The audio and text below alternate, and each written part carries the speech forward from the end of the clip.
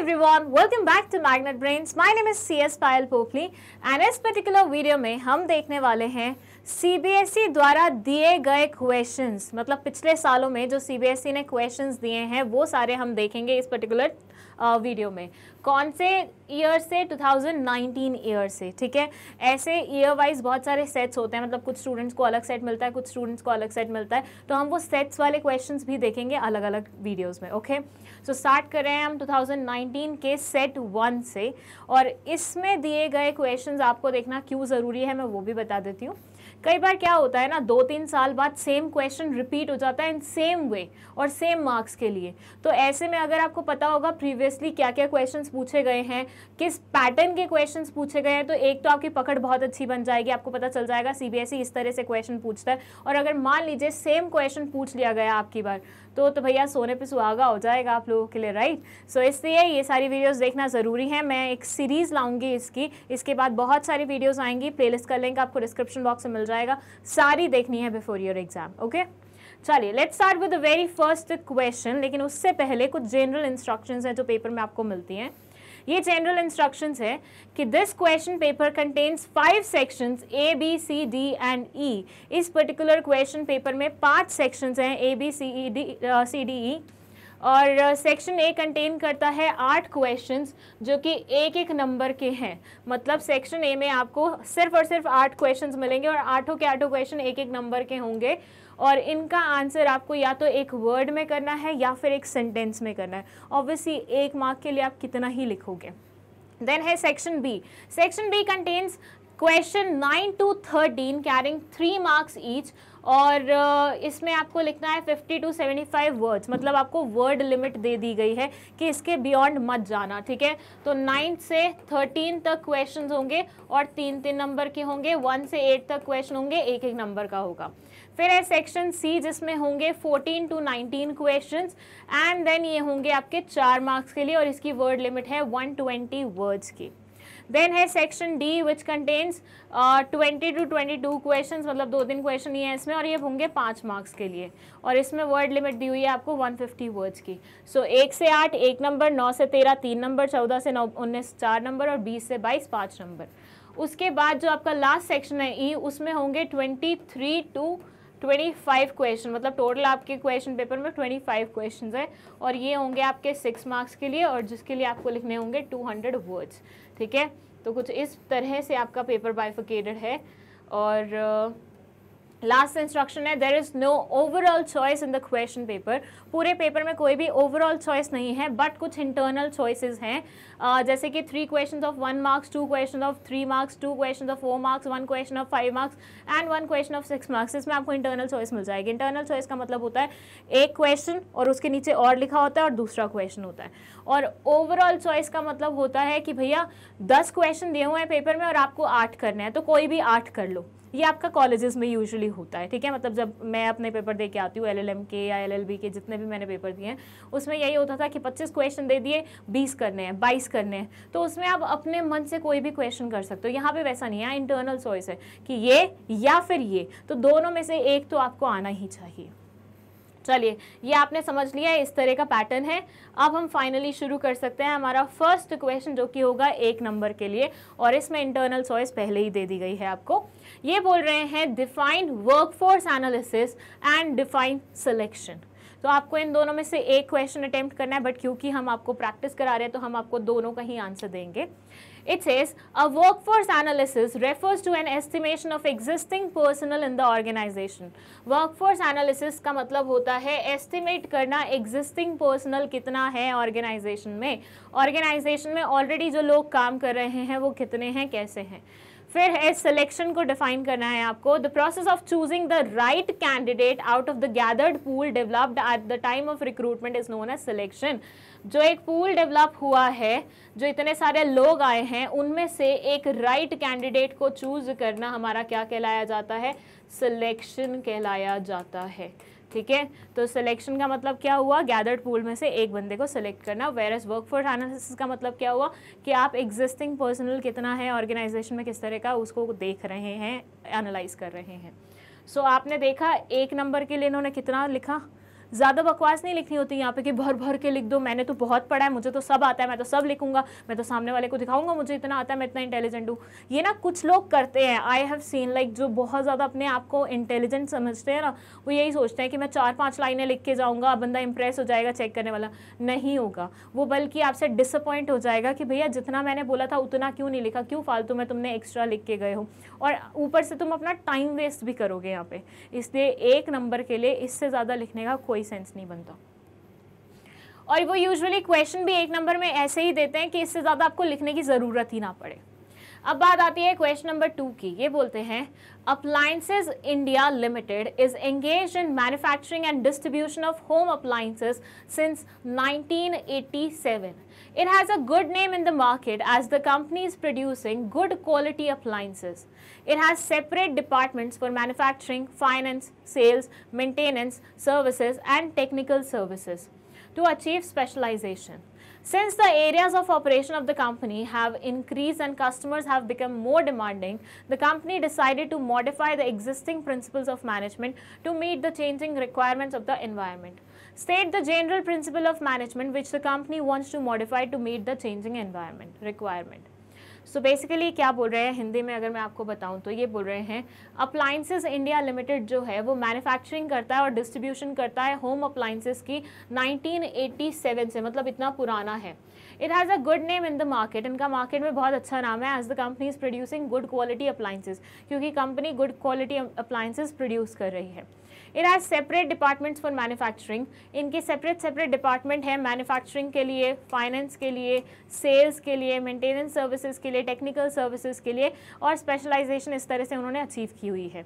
Since the areas of operation of the company have increase, क्योंकि इनका area of operation बढ़ गया है, and customers have become more demanding, और customers बहुत ज़्यादा डिमांड करने लगे हैं, the company decided to modify the existing principle of management.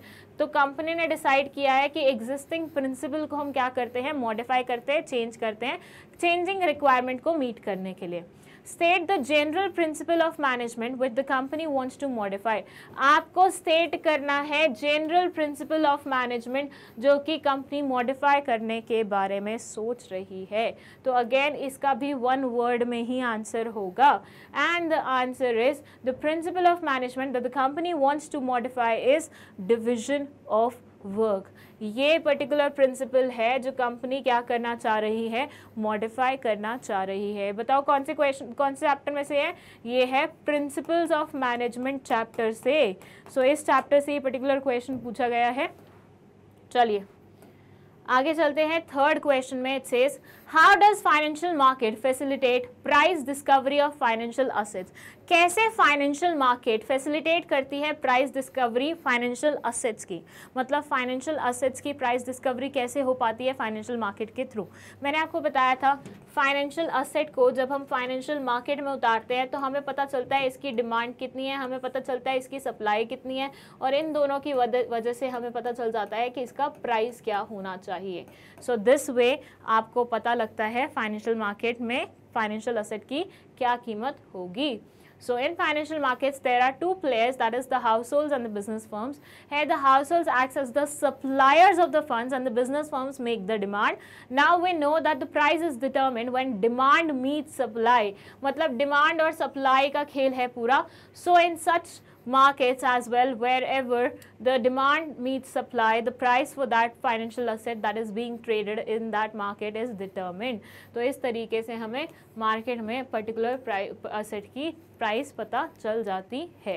ठीक है, तो डिमांड एंड सप्लाई का मेजर रोल होता है, और ये क्वेश्चन बहुत बार पूछा जा चुका है। मैंने आपको सैम्पल पेपर में भी दिया था, उसके अलावा हमने वैसे नॉर्मल टेस्ट पेपर्स में भी देखा था, एंड देखिए ये आपके पेपर में भी पूछा गया है। चलिए नेक्स्ट क्वेश्चन है Biru Nandan, chairman of Lalit group of companies, founded Biru university for under graduate and post graduate courses in diverse disciplines. The information technology department of Lalit power limited had few vacancies related to cyber security. The Human Resource Department of company decided to recruit fresh engineering graduates from Biru University for the same. Identify the type of source of recruitment. बहुत ही simple question है, देखिए क्या बोल रहे हैं। बीरू नंदन जो है वो चेयरमैन है ललित ग्रुप ऑफ कंपनीज के, जो कि बीरू यूनिवर्सिटी जिन्होंने बीरू यूनिवर्सिटी को फाउंड किया था, मतलब उद्घाटन वो किया था, उसकी शुरुआत की थी। For under graduate and post graduate courses in diverse discipline, for UG and PG courses, बहुत सारे डिसिप्लिन में। The information technology department of Lalit power limited had few vacancies. जो आईटी डिपार्टमेंट था ललित पावर लिमिटेड का, उसमें फ्यू वैकेंसीज थी related to cyber security, cyber security से रिलेटेड। तो ह्यूमन रिसोर्स डिपार्टमेंट जो था उस कंपनी का, उन्होंने डिसाइड किया कि फ्रेश इंजीनियरिंग ग्रेजुएट्स को हम हायर करते हैं बीरू यूनिवर्सिटी से। मतलब एक यूनिवर्सिटी के बारे में लिखा हुआ है, एक कंपनी के बारे में लिखा हुआ है, कंपनी में वैकेंसी है, तो वो इस पर्टिकुलर यूनिवर्सिटी से उस वैकेंसी को फिल करने की कोशिश कर रहे हैं। आपको अब बताना है ये कौन से type of source of recruitment, मतलब ये कौन सा टाइप है सोर्स ऑफ रिक्रूटमेंट का। किसी में पर्टिकुलर प्लेस में जाके, किसी पर्टिकुलर यूनिवर्सिटी में जाके वो अपने लिए हायरिंग कर रहे हैं। What is that? That is campus recruitment. मतलब हम किसी कॉलेज में जाके, किसी यूनिवर्सिटी में जाके वहाँ के फ्रेश ग्रेजुएट्स को हायर कर रहे हैं। इसे हम क्या बोलते हैं? इसे हम बोलते हैं कैंपस रिक्रूटमेंट। चलिए क्वेश्चन 4 हो गया। अब बात करते हैं क्वेश्चन 5 की। It says Varsha Jain after completing her fashion designing course from Indian Institute of Fashion Technology plan to enter into designer clothing venture. She had to address issues like her target customers, channel of distribution to be used, pricing policy, etc.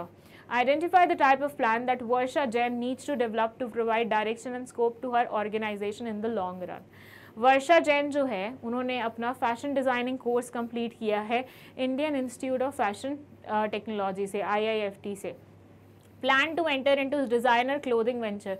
अब वो plan कर रही है कि designer clothing venture में वो entry ले। She had to address issues like her target customers, उसको कुछ इश्यूज़ को एड्रेस करना है, लाइक उसके टारगेट कस्टमर्स कौन से हैं, चैनल ऑफ डिस्ट्रीब्यूशन उसका क्या रहेगा, प्राइसिंग पॉलिसी उसकी क्या रहेगी। Identify the type of plan that Varsha Jain needs to develop to provide direction. आपको यहाँ पे बताना है कि कौन से टाइप ऑफ प्लान को वर्षा यूज़ करने वाली है to develop and provide this in that direction and scope to हर ऑर्गेनाइजेशन इन लॉन्ग रन। बताइए। The answer is strategy. ये यहाँ पे डिसाइड करेगी स्ट्रैटेजी। वर्षा जिस टाइप ऑफ प्लान के बारे में बात करी है वो क्या है? वो है स्ट्रैटेजी। चलिए क्वेश्चन नंबर 6 देखते हैं ये क्या बोलता है। ये है state any 2 developmental functions of securities and exchange board of India. आपको कोई भी 2 डेवलपमेंटल फंक्शंस, आपको पता है सभी बहुत सारे काम करता है, रेगुलेटरी फंक्शंस भी करता है, प्रोटेक्टिव फंक्शंस भी करता है, एंड साथ ही साथ डेवलपमेंटल फंक्शंस भी करता है। तो आपको कोई भी 2 डेवलपमेंटल फंक्शंस सेबी के बताने हैं, या फिर what is meant bye allocative function of financial markets. Financial market के एलोकेटिव फंक्शन का मतलब क्या होता है वो बता रहा है। ठीक है, अगेन बहुत ही सिंपल क्वेश्चन है और एक नंबर के हैं, ज़्यादा नहीं लिखना है। 2 developmental functions of SEBI are as follows. First है ट्रेनिंग, सेकंड है रिसर्च।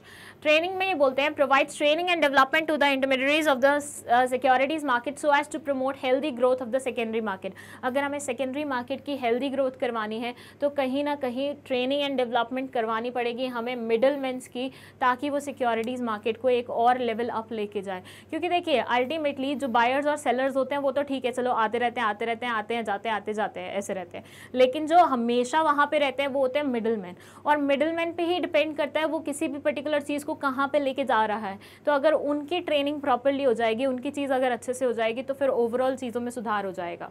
रिसर्च में they say conducts research in the important areas of the securities market so as to help investors and other market players make wise investment decisions. तो research basically it conducts research, ये बहुत important areas में security market से जो linked होते हैं उनमें research conduct करते हैं ताकि ये इन्वेस्टर्स की मदद कर सके और बाकी जो मार्केट प्लेयर्स इंटरेस्टेड हैं मार्केट में उन सब की भी मदद कर सके। ठीक है, तो ट्रेनिंग और रिसर्च ये 2 चीज़ें हैं। और एलोकेटिव फंक्शन की बात करें तो ये से an important function of the financial market is known as allocative function. The financial market acts as a link between the savers and the investors. It provides a platform for the mobilisation of savings from households to the investors, thus it allocates funds from households to investors. देखिए households होते हैं जो पैसे save करके रखते हैं, उसे productively इस्तेमाल नहीं करते, ये है हमारा फाइनेंशियल मार्केट, और ये है हमारे बेसिकली कौन, वो लोग जिनको कंपनीज वगैरह जिनको पैसे की आवश्यकता है और वो उसको प्रोडक्टिवली इस्तेमाल भी करेंगे। तो ये सेविंग वालों से पैसे लेके इनको देते हैं और उनको सेवर्स से क्या बनाते हैं, इन्वेस्टर्स बनाते हैं। क्यों इन्वेस्टर्स क्यों बनाते हैं, क्योंकि अब जहाँ पे इन्होंने इन्वेस्ट किया हुआ है वहाँ से उनको कोई ना कोई रकम मिलने वाली है। अब भाई बताओ, मैं किसी अगर कंपनी में सिक्योरिटीज़ में इन्वेस्ट करूँगी तो क्या मुझे उसमें डिविडेंड नहीं मिलेगा, क्या मुझे उसमें शेयर के प्राइसेस हाइक करके नहीं मिलेंगे। हाँ मैं मानती हूँ नेगेटिव भी हो सकता है इसका, लेकिन एक अगर मैं इन्वेस्टर के पर्सपेक्टिव से सोचूँ तो मैं तो हाइक के बारे में ही सोच रही होंगी ना। तो ये सेवर्स से क्या बन जाते हैं, इन्वेस्टर्स बन जाते हैं। तभी बोला जाता है कि एलोकेटिव फंक्शन पूरा करते हैं। चलिए question number 7, it says Beena has been using clean a famous detergent available in the market on watching numerous advertisements in the television she decided to try a new brand of detergent.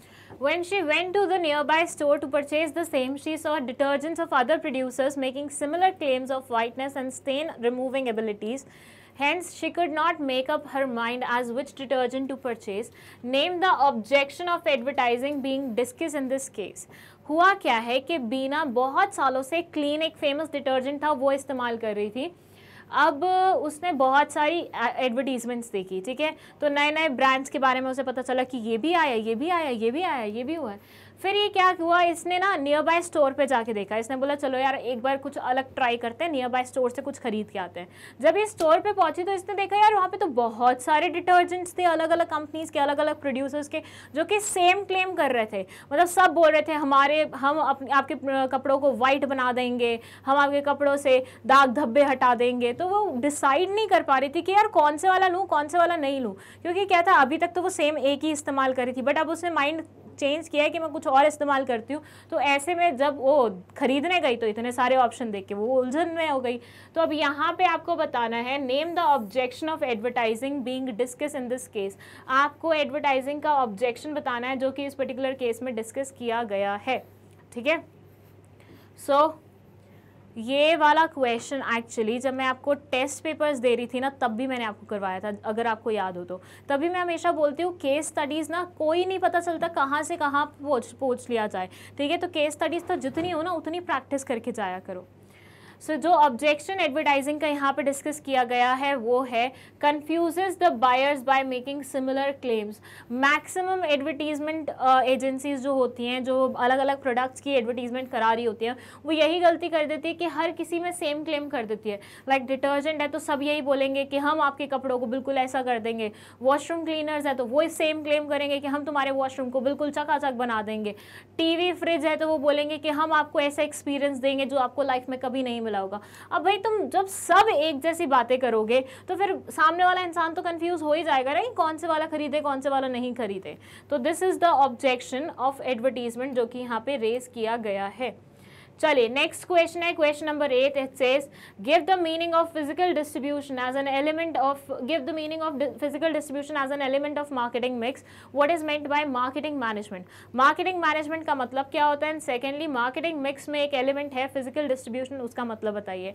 Again ये 1 number का है तो इसमें आपको ज्यादा detailing नहीं करनी है, बहुत ही बेसिक मीनिंग लिखना है। It says physical distribution refers to the process of making the goods and services available at the right place at the right time so that the consumer can easily purchase the goods without any delay.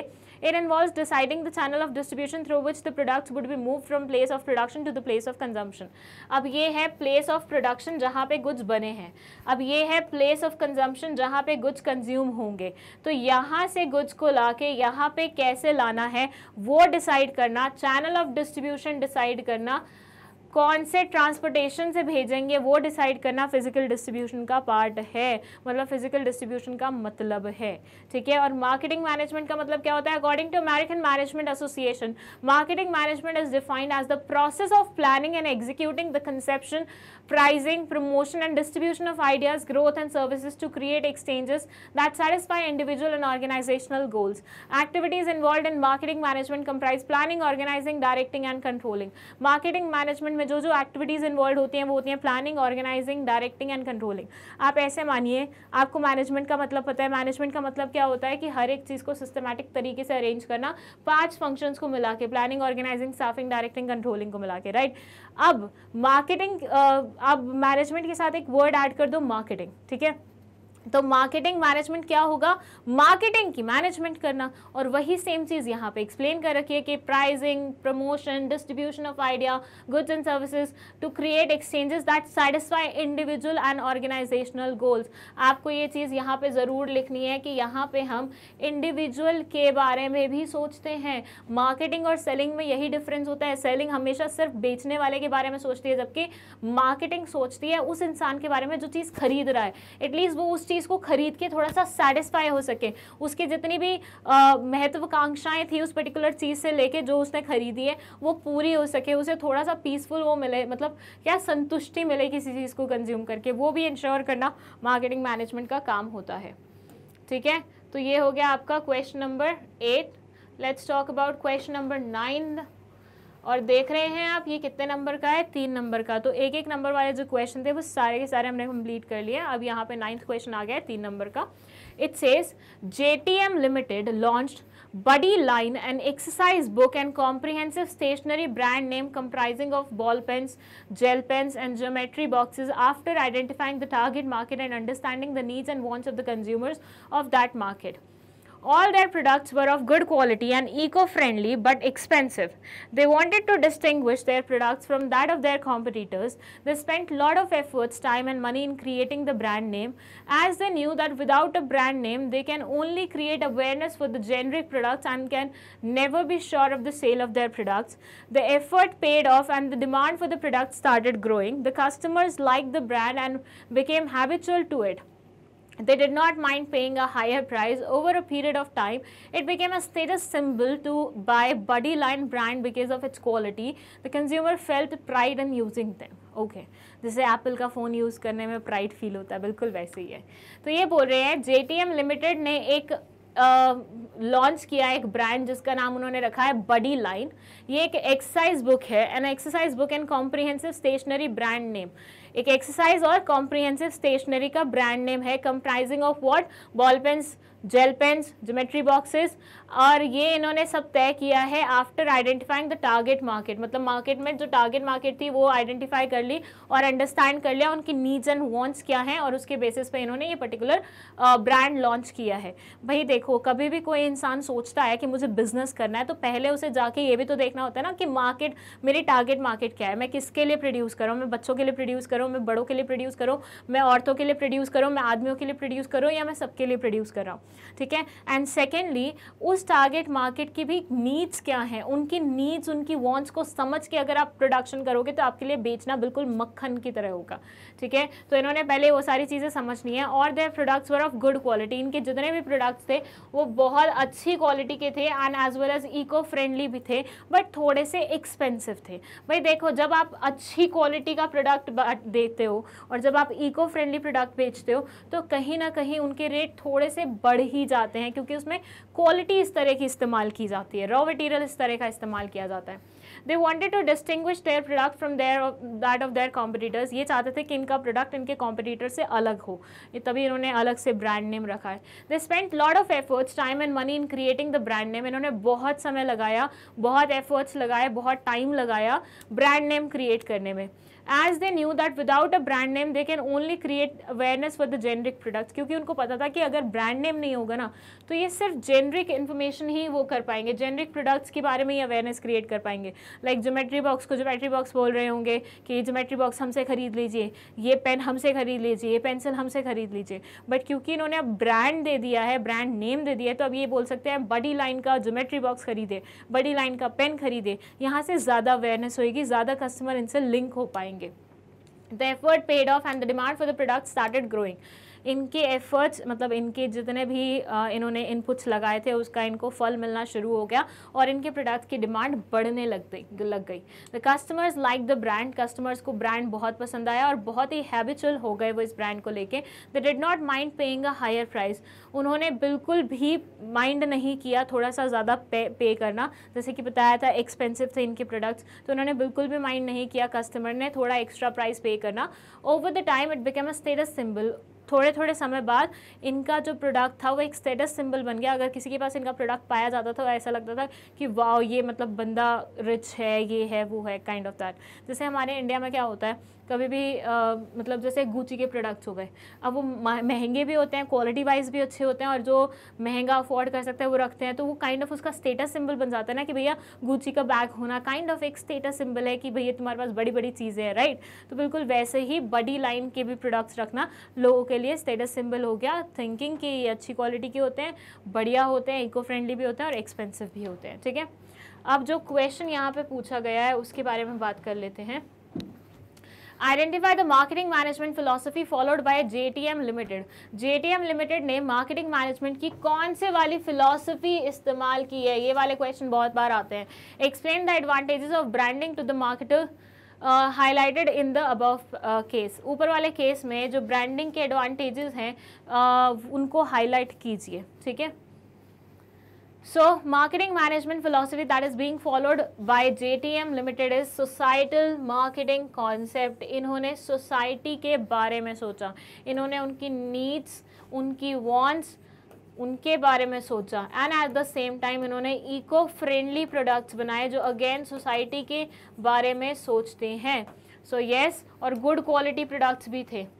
तो ये सारी चीज़ें show करती हैं कि इन्होंने कौन सी वाली फ़िलॉसफी इस्तेमाल की है, सोसाइटल मार्केटिंग कॉन्सेप्ट वाली फ़िलॉसफी इस्तेमाल की है। और अगर हम बात करें ब्रांडिंग के एडवांटेजेस की, तो ब्रांडिंग के बहुत सारे एडवांटेजेस होते हैं, कोई भी लिख सकते हैं आप यहाँ पे। They say the following advantages of branding are being discuss here. Branding enables a firm to clearly distinguish its product from the that of other firms. अभी देखो मैं अपने प्रोडक्ट को एक ब्रांड नेम दे देती हूँ, ठीक है। तो अब मार्केट में 10 लोग अगर आ रहे हैं तो आप 10 लोगों में से पहचान पाओगे ना कि पायल मैम के प्रोडक्ट का नाम क्या था, क्योंकि मैंने ब्रांड नेम ऑलरेडी दिया हुआ है। तो 10 कॉम्पिटिटर्स में आपके प्रोडक्ट की पहचान बहुत आराम से हो सकती है अगर ब्रांडिंग की हो तो। Branding enables consumer to clearly distinguish the product from various other available products. Consumers see a good brand as a mark of authenticity and genuinity. भैया देखो, अगर चाहिए कि कस्टमर तुम्हारे प्रोडक्ट को देख के जेन्युइन वाला वो फील करे और उनको ऑथेंटिसिटी हो, तो ऐसे सिनेरियो में भी आपका ब्रांड बहुत ज़्यादा रोल प्ले करता है उस सिनेरियो में। Good branding helps in creating loyalty and habituality. एक बार अगर प्रोडक्ट खरीद के तुम्हारा जो बंदा है वो खुश हो जाता है, जो कस्टमर है वो खुश हो जाता है, तो वो ब्रांड लॉयल भी हो जाता है, वो हर बार तुम्हारी दुकान से खरीदेगा और हैबिचुअल भी हो जाता है। कई लोगों को आदत हो जाती है आपके एक पर्टिकुलर ब्रांड की चीज़ें इस्तेमाल करने की, तो वो हो जाएगी। Establish and famous brands act as a status symbols. और जो बड़े बड़े ब्रांड्स होते हैं वो कई बार स्टेटस सिंबल का भी काम करते हैं, ठीक है। तो वो भी एक फ़ायदा है ब्रांडिंग करने का। चलिए नेक्स्ट है क्वेश्चन नंबर 10। ये क्या बोलता है, पढ़ लेते हैं इसे। ये बोलते हैं Meeta has a successful ice cream business at Bikaner, namely smart flavours. Ice-creams are utterly delicious. She makes ice creams from fresh milk and same are available in the wide range of flavors and packs. She sets viable business objectives and works with the same in the mind in order to ensure that the customers will come back for purchasing. Having the first mover advantage, her business was doing well. To earn higher profits, she started cutting costs. This would sometimes lead to delay in delivery and the ice cream was not reaching the market in time. Over a period of time, the demand for the ice cream declined and because of it, the competitors entered into the market. She lost some of her market share to competitors. Okay so basically क्या बोल रहे हैं कि मीता एक बहुत ही अच्छा, बहुत ही successful ice cream business चला रही थी बीकानेर में, जिसका नाम था स्मार्ट फ्लेवर्स, ठीक है। और इनकी आइसक्रीम बहुत ही ज़्यादा डिलीशियस हुआ करती थी। ये फ्रेश मिल्क इस्तेमाल करती थी और इनके यहाँ पे बहुत सारे फ्लेवर्स थे, बहुत सारे पैक्स थे। इनका काफ़ी अच्छा वायबल बिजनेस चल रहा था और कस्टमर्स बहुत ही खुश थे और वो इंश्योर करते थे बार बार आके इनसे ही परचेज करें। Having the first mover advantage, her business was doing well. क्योंकि इन्होंने फर्स्ट मूवर एडवांटेज लिया था कि भैया मार्केट में कोई नहीं था, ये पहली बार उतरे थे और इन्होंने मार्केट कैप्चर कर लिया था, तो उस चीज़ से इनको काफ़ी फ़ायदा हुआ था। बट अब क्या हुआ, इनके मन में आया कि हम हायर प्रॉफिट्स अर्न करना चाहते हैं, ठीक है, हम और ज़्यादा प्रॉफिट्स अर्न करना चाहते हैं, तो इन्होंने कॉस्ट कटिंग शुरू कर दी। अब कॉस्ट कटिंग का नुकसान ये हुआ कि कई बार डिलीवरी डिले हो जाती थी, कई बार मार्केट में आइसक्रीम पहुंच ही नहीं पाती थी जिस टाइम पे पहुंचनी होती थी, एंड इस पर्टिकुलर चीज़ के कारण मार्केट में इनके प्रोडक्ट की डिमांड थोड़ा कम होनी शुरू हो गई। और जैसे ही किसी पर्टिकुलर प्रोडक्ट की डिमांड कम होना शुरू हो जाती है, उसी टाइम पे ही कॉम्पिटिटर्स को मार्केट में आने का एक अच्छा मौका मिल जाता है कि भैया देखो इस वाले ब्रांड का तो अब काइंड ऑफ काम लग गया है, क्यों ना अब इसको रिप्लेस करके हम अपने ब्रांड को थोड़ा सा सक्सेसफुल बना लें। तो यस, मार्केट शेयर काफ़ी हद तक किसने कॉम्पिटिटर्स को खुद ही अपने हाथ से सर्व करके दे दिया कि भैया लो तुम भी इंजॉय कर लो थोड़ा सा। अब यहाँ जो क्वेश्चन पूछा गया है वो है, अच्छा थोड़ा सा और है, at the beginning of summer season she got back to back order for supply of 4000 ice cream packs of different flavours for special occasions to ensure that the task was completed and orders delivered in time she hired additional worker. Starting में क्या हुआ summer season की कि इसको back to back orders मिले 4000 ice cream PACS के different flavours के special occasions पे। तो इसने ये सोचा कि इस टास्क को कंप्लीट करने के लिए मैं एडिशनल वर्कर्स को हायर कर लेती हूँ।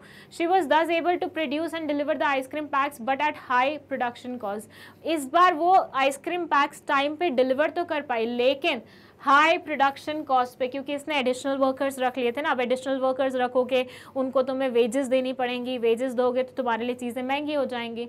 While completing activities and finishing the given task for achieving goals, Meeta realized that she was ignoring one of the important aspects of management. ये बोलते हैं कंप्लीट करने के लिए टास्क और फिनिश करने के लिए, अचीव करने के लिए अपने गोल्स को मीता ने रियलाइज़ किया कि वो एक बहुत इंपॉर्टेंट एस्पेक्ट मैनेजमेंट का इग्नोर कर रही है। Identify the aspects of management that has been ignored by Meeta. आपको आइडेंटिफाई करना है वो एस्पेक्ट जो कि मीता ने इग्नोर किया है। Also explain the same with the help of an example. साथ ही साथ उस पर्टिकुलर चीज़ को एग्जाम्पल की मदद से एक्सप्लेन भी कीजिए। तो स्टोरी में क्या हुआ, एक लड़की थी, अच्छा खासा उसका बिजनेस चल रहा था, फिर उसने सोचा ज़्यादा प्रॉफिट कमाते हैं तो कॉस्ट कटिंग स्टार्ट कर दी, फिर उसका बिजनेस थोड़ा सा डूबने लग गया, फिर उस टाइम पे उसको ऑर्डर मिला अच्छा खासा, तो उसने क्या किया, उसने एडिशनल लोगों को हायर करके डिलीवरी टाइम पे कंप्लीट करने की कोशिश की, बट उसकी वजह से इसका प्रोडक्शन कॉस्ट इंक्रीज हो गया। तो अब इसको ये समझ में आया कि गोल अचीव करने के लिए इसने एक बहुत ही इंपॉर्टेंट एस्पेक्ट को इग्नोर कर दिया है। तो आपको बताना है कि वो कौन सा इंपॉर्टेंट एस्पेक्ट है मैनेजमेंट का जो मीता ने इग्नोर किया है, और साथ ही साथ उसे एक्सप्लेन भी करना है and at the same time आपको एग्जाम्पल भी देना है। वो तो मैं आपको यूजुअली बोलती हूँ, जब आप कोई चीज़ को एक्सप्लेन कर रहे होते पेपर में, बेटर होता है एग्जाम्पल दे देना। विद दैट ये है भी 3 नंबर का, तो कर सकते हैं ऐसा। चलिए, तो the answer is the aspect of management that is being ignored is efficiency. क्यों? क्योंकि देखो ये टाइम पे ऑर्डर तो कंप्लीट कर पाई थी, तो मतलब ये इफेक्टिव तो हो गई। टाइमली कोई ऑर्डर को कंप्लीट करना क्या कहलाया जाता है, इफेक्टिवनेस कहलाया जाता है। लेकिन क्योंकि इसकी प्रोडक्शन कॉस्ट बढ़ गई, क्योंकि ये टाइम पे तो कर पाई कंप्लीट, लेकिन उतने पैसे जितने इसने सोचे थे उसमें नहीं कर पाई, इसकी कॉस्ट एडिशनल आ गई, तो उसके कारण ये एफिशिएंसी अचीव नहीं कर पाई। फर्स्ट चैप्टर का ये पर्टिकुलर क्वेश्चन है, एफिशिएंसी वर्सेस इफेक्टिवनेस। इफेक्टिवनेस इसने गेन कर लिया लेकिन एफिशिएंसी नहीं कर पाई, और this is because efficiency involves completing the task with the minimum possible cost and resources. Efficiency का मतलब क्या होता है, किसी भी टास्क को कंप्लीट करना मिनिमम पॉसिबल कॉस्ट और रिसोर्सेज के साथ। And she was required to hire more workers to complete the task, क्योंकि इसको एक्स्ट्रा वर्कर्स हायर करने पड़े जिसकी वजह से इसे ज़्यादा पैसे देने पड़े, इसलिए ये एफिशिएंट नहीं हो पाई, सिर्फ इफेक्टिव हो पाई। और एग्जाम्पल में आप कुछ भी लिख सकते हैं, वैसे तो ये पूरा लिखा हुआ है, आप चाहें तो इसका स्क्रीनशॉट ले लीजिए। मैंने एफिशिएंसी के आपको बहुत सारे एग्जाम्पल्स दिए हैं, बहुत सारे। जब मैं कॉन्सेप्ट भी पढ़ा रही थी, डिफरेंसेस भी पढ़ा रही थी, तब भी हमेशा दिए हैं, उन सबको आप यूज़ कर सकते हो, ठीक है। चलिए अब बात करते हैं क्वेश्चन नंबर 11 की। अगेन ये 3 नंबर का है। इसमें पूछा गया है, state job enrichment and employee participation as non financial incentives, how do they motivate employees. आपको बताना है जॉब एनरिचमेंट और एम्प्लॉय पार्टिसिपेशन किस तरीके से नॉन फाइनेंशियल इंसेंटिव्स है और ये कैसे एम्प्लॉयज़ को मोटिवेट करता है। चलिए, बहुत ही स्ट्रेट फॉरवर्ड और सिंपल क्वेश्चन है। जॉब एनरिचमेंट का मतलब क्या होता है कि जॉब को कुछ इस तरह से डिज़ाइन करना कि उसमें बेहतरीन इंसान का दिमाग लगे, वो सोचने पे मजबूर हो जाए, उसके इनपुट्स लगे, वो बोरियत वाला सामान ना रहे उसके लिए। क्योंकि कई बार क्या होता है, हम काम करते करते करते करते ना सेम लेवल का थोड़े से बोर हो जाते हैं। कभी कभी हमें चाहिए होता है हमारे जॉब में चैलेंजेस आए, कुछ ऐसा आए जिसके लिए हमें एक्स्ट्रा लगाना पड़े अपना, राइट। तो उसमें हमें मज़ा भी आता है, ठीक है। हमेशा ऐसा हो वो भी ज़रूरी नहीं है, वंस इन ना वाइल फॉर से लाइक हम कंटिन्यूसली काम करते जा रहे हैं सेम वे में, 2 महीने हो गए, 3 महीने हो गए, फिर हमें लगने लग गया यार अब ये काम तो बहुत बोरिंग लग रहा है यार, अब कुछ चैलेंज आना चाहिए इसमें, और एकदम से बढ़िया सा चैलेंज आ गया, 1 हफ्ता आपका बिल्कुल ऐसे उस पर्टिकुलर चैलेंज को कंप्लीट करने के लिए लग गया अच्छी तरह से, मतलब आपकी बहुत ज़्यादा इन्वॉल्वमेंट लगी, तो यहाँ पे आपका एकदम से कॉन्फिडेंस भी बूस्ट होगा कि आपने एक डिफ़िकल्ट नेचर का टास्क कंप्लीट किया है। सेकेंडली वो कॉन्फिडेंस के साथ साथ क्योंकि आपके इनपुट्स लगे हैं तो आपकी ग्रोथ भी हुई है, आपने कुछ चीज़ों पे वर्क किया है, कुछ चीज़ें नई सीखी हैं उस पर्टिकुलर चीज़ को करने के लिए, तो यहाँ पे आपकी पर्सनल ग्रोथ भी हो रही है, and at the same time जो बोरियत आपको फील हो रही थी वो भी समवट चली जाएगी। ठीक है, तो job enrichment refers to the process of designing jobs in a manner that involves more variety of work content, higher levels of skills and knowledge, and giving more authority to employees, etc. Endowing the employee with such challenges, work and greater responsibility that requires higher knowledge and skill will motivate them to work efficiently and effectively to complete the goals of the organization. अगर ये सारी चीज़ें हो गई तो लोग ज़्यादा responsible भी हो जाएंगे और efficiently and effectively अपना काम कंप्लीट करेंगे। और क्योंकि इसमें पैसा इन्वॉल्व नहीं है, मतलब वैसे तो होता है फाइनेंशियल इंसेंटिव, मतलब बोले तो एक्स्ट्रा पैसा देके तुम्हें मोटिवेट करने की कोशिश करना है, क्योंकि इसमें पैसा इन्वॉल्व नहीं है, इसमें काम इन्वॉल्व है कॉम्प्लेक्स नेचर का, तो वो पर्टिकुलर चीज़ नॉन फाइनेंशियल में आएगी। फिर है employee participation. As per this incentive allowing more participation of employees in the policy and decision making matters acts as an important non financial incentive as it allows them to feel a part of organisation through joint management. अब मुझे बताइए, मैं आप बच्चों के लिए कुछ बना रही हूँ, ठीक है, उससे पहले मैंने आप लोगों से ही पूछ लिया, जैसे अभी मैं सोच रही थी कि आपको CUET का सिलेबस क्रैश कोर्स करवाना है कि नहीं करवाना है, तो मैंने पोल में आपसे ही पूछ लिया कि बताइए आप चाहते हैं मैं आपको वो सिलेबस करवाऊँ कि नहीं चाहते हो, तो मैंने यहाँ पे तुम लोगों को अलाउ किया अपना ओपिनियन मेरे तक पास करने के लिए, राइट। अब तुम लोगों को कैसा लग रहा होगा, अरे यार हमारे ओपिनियन की वैल्यू है, मतलब हमारे से पूछ के काम हो रहा है, तो थोड़ा सा अंदर से आएगा ना कि हाँ यार ये ऑर्गेनाइजेशन तो हमसे पूछती है, ये ऑर्गेनाइजेशन तो हमारे बारे में सोचती है। तो बस वही चीज़ है कि जब हम एम्प्लॉयज़ को पार्टिसिपेट करने का मौका मिलता है, डिसीजन मेकिंग में पार्टिसिपेशन हो या पॉलिसी मेकिंग में पार्टिसिपेशन हो, स्ट्रैटेजी मेकिंग में पार्टिसिपेशन हो, किसी भी वे में पार्टिसिपेशन हो, सामने वाले को बस मौका देना कि तुम बोलो, तुम्हारे बोलने की कीमत है, तुम जो बोल रहे हो उसकी अहमियत है, तुम्हारी वैल्यू है, तुम्हारे अंदर वो बिलोंगिंगनेस क्रिएट होगी कि यार ये ऑर्गेनाइजेशन मुझे वैल्यू करता है, यार इस ऑर्गेनाइजेशन के साथ मैं कभी बुरा नहीं करूँगा, तो यहाँ से भी एक बूस्ट मिलता है इंसान को। तो ये भी एक नॉन फाइनेंशियल इंसेंटिव ही होता है, क्योंकि अगेन इसमें पैसा इन्वॉल्व नहीं है। Financial incentive, non financial incentive, I hope आप समझते हो। फाइनेंशियल इंसेंटिव का मतलब होता है जिसमें पैसा इन्वॉल्व होता है, मॉनेटरी टर्म्स इन्वॉल्व होती है। नॉन फाइनेंशियल का मतलब होता है जिसमें पैसा इन्वॉल्व नहीं होता है, ठीक है।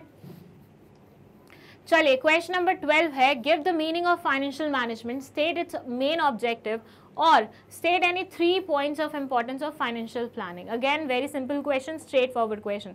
चलिए देख लेते हैं इसका आंसर क्या है।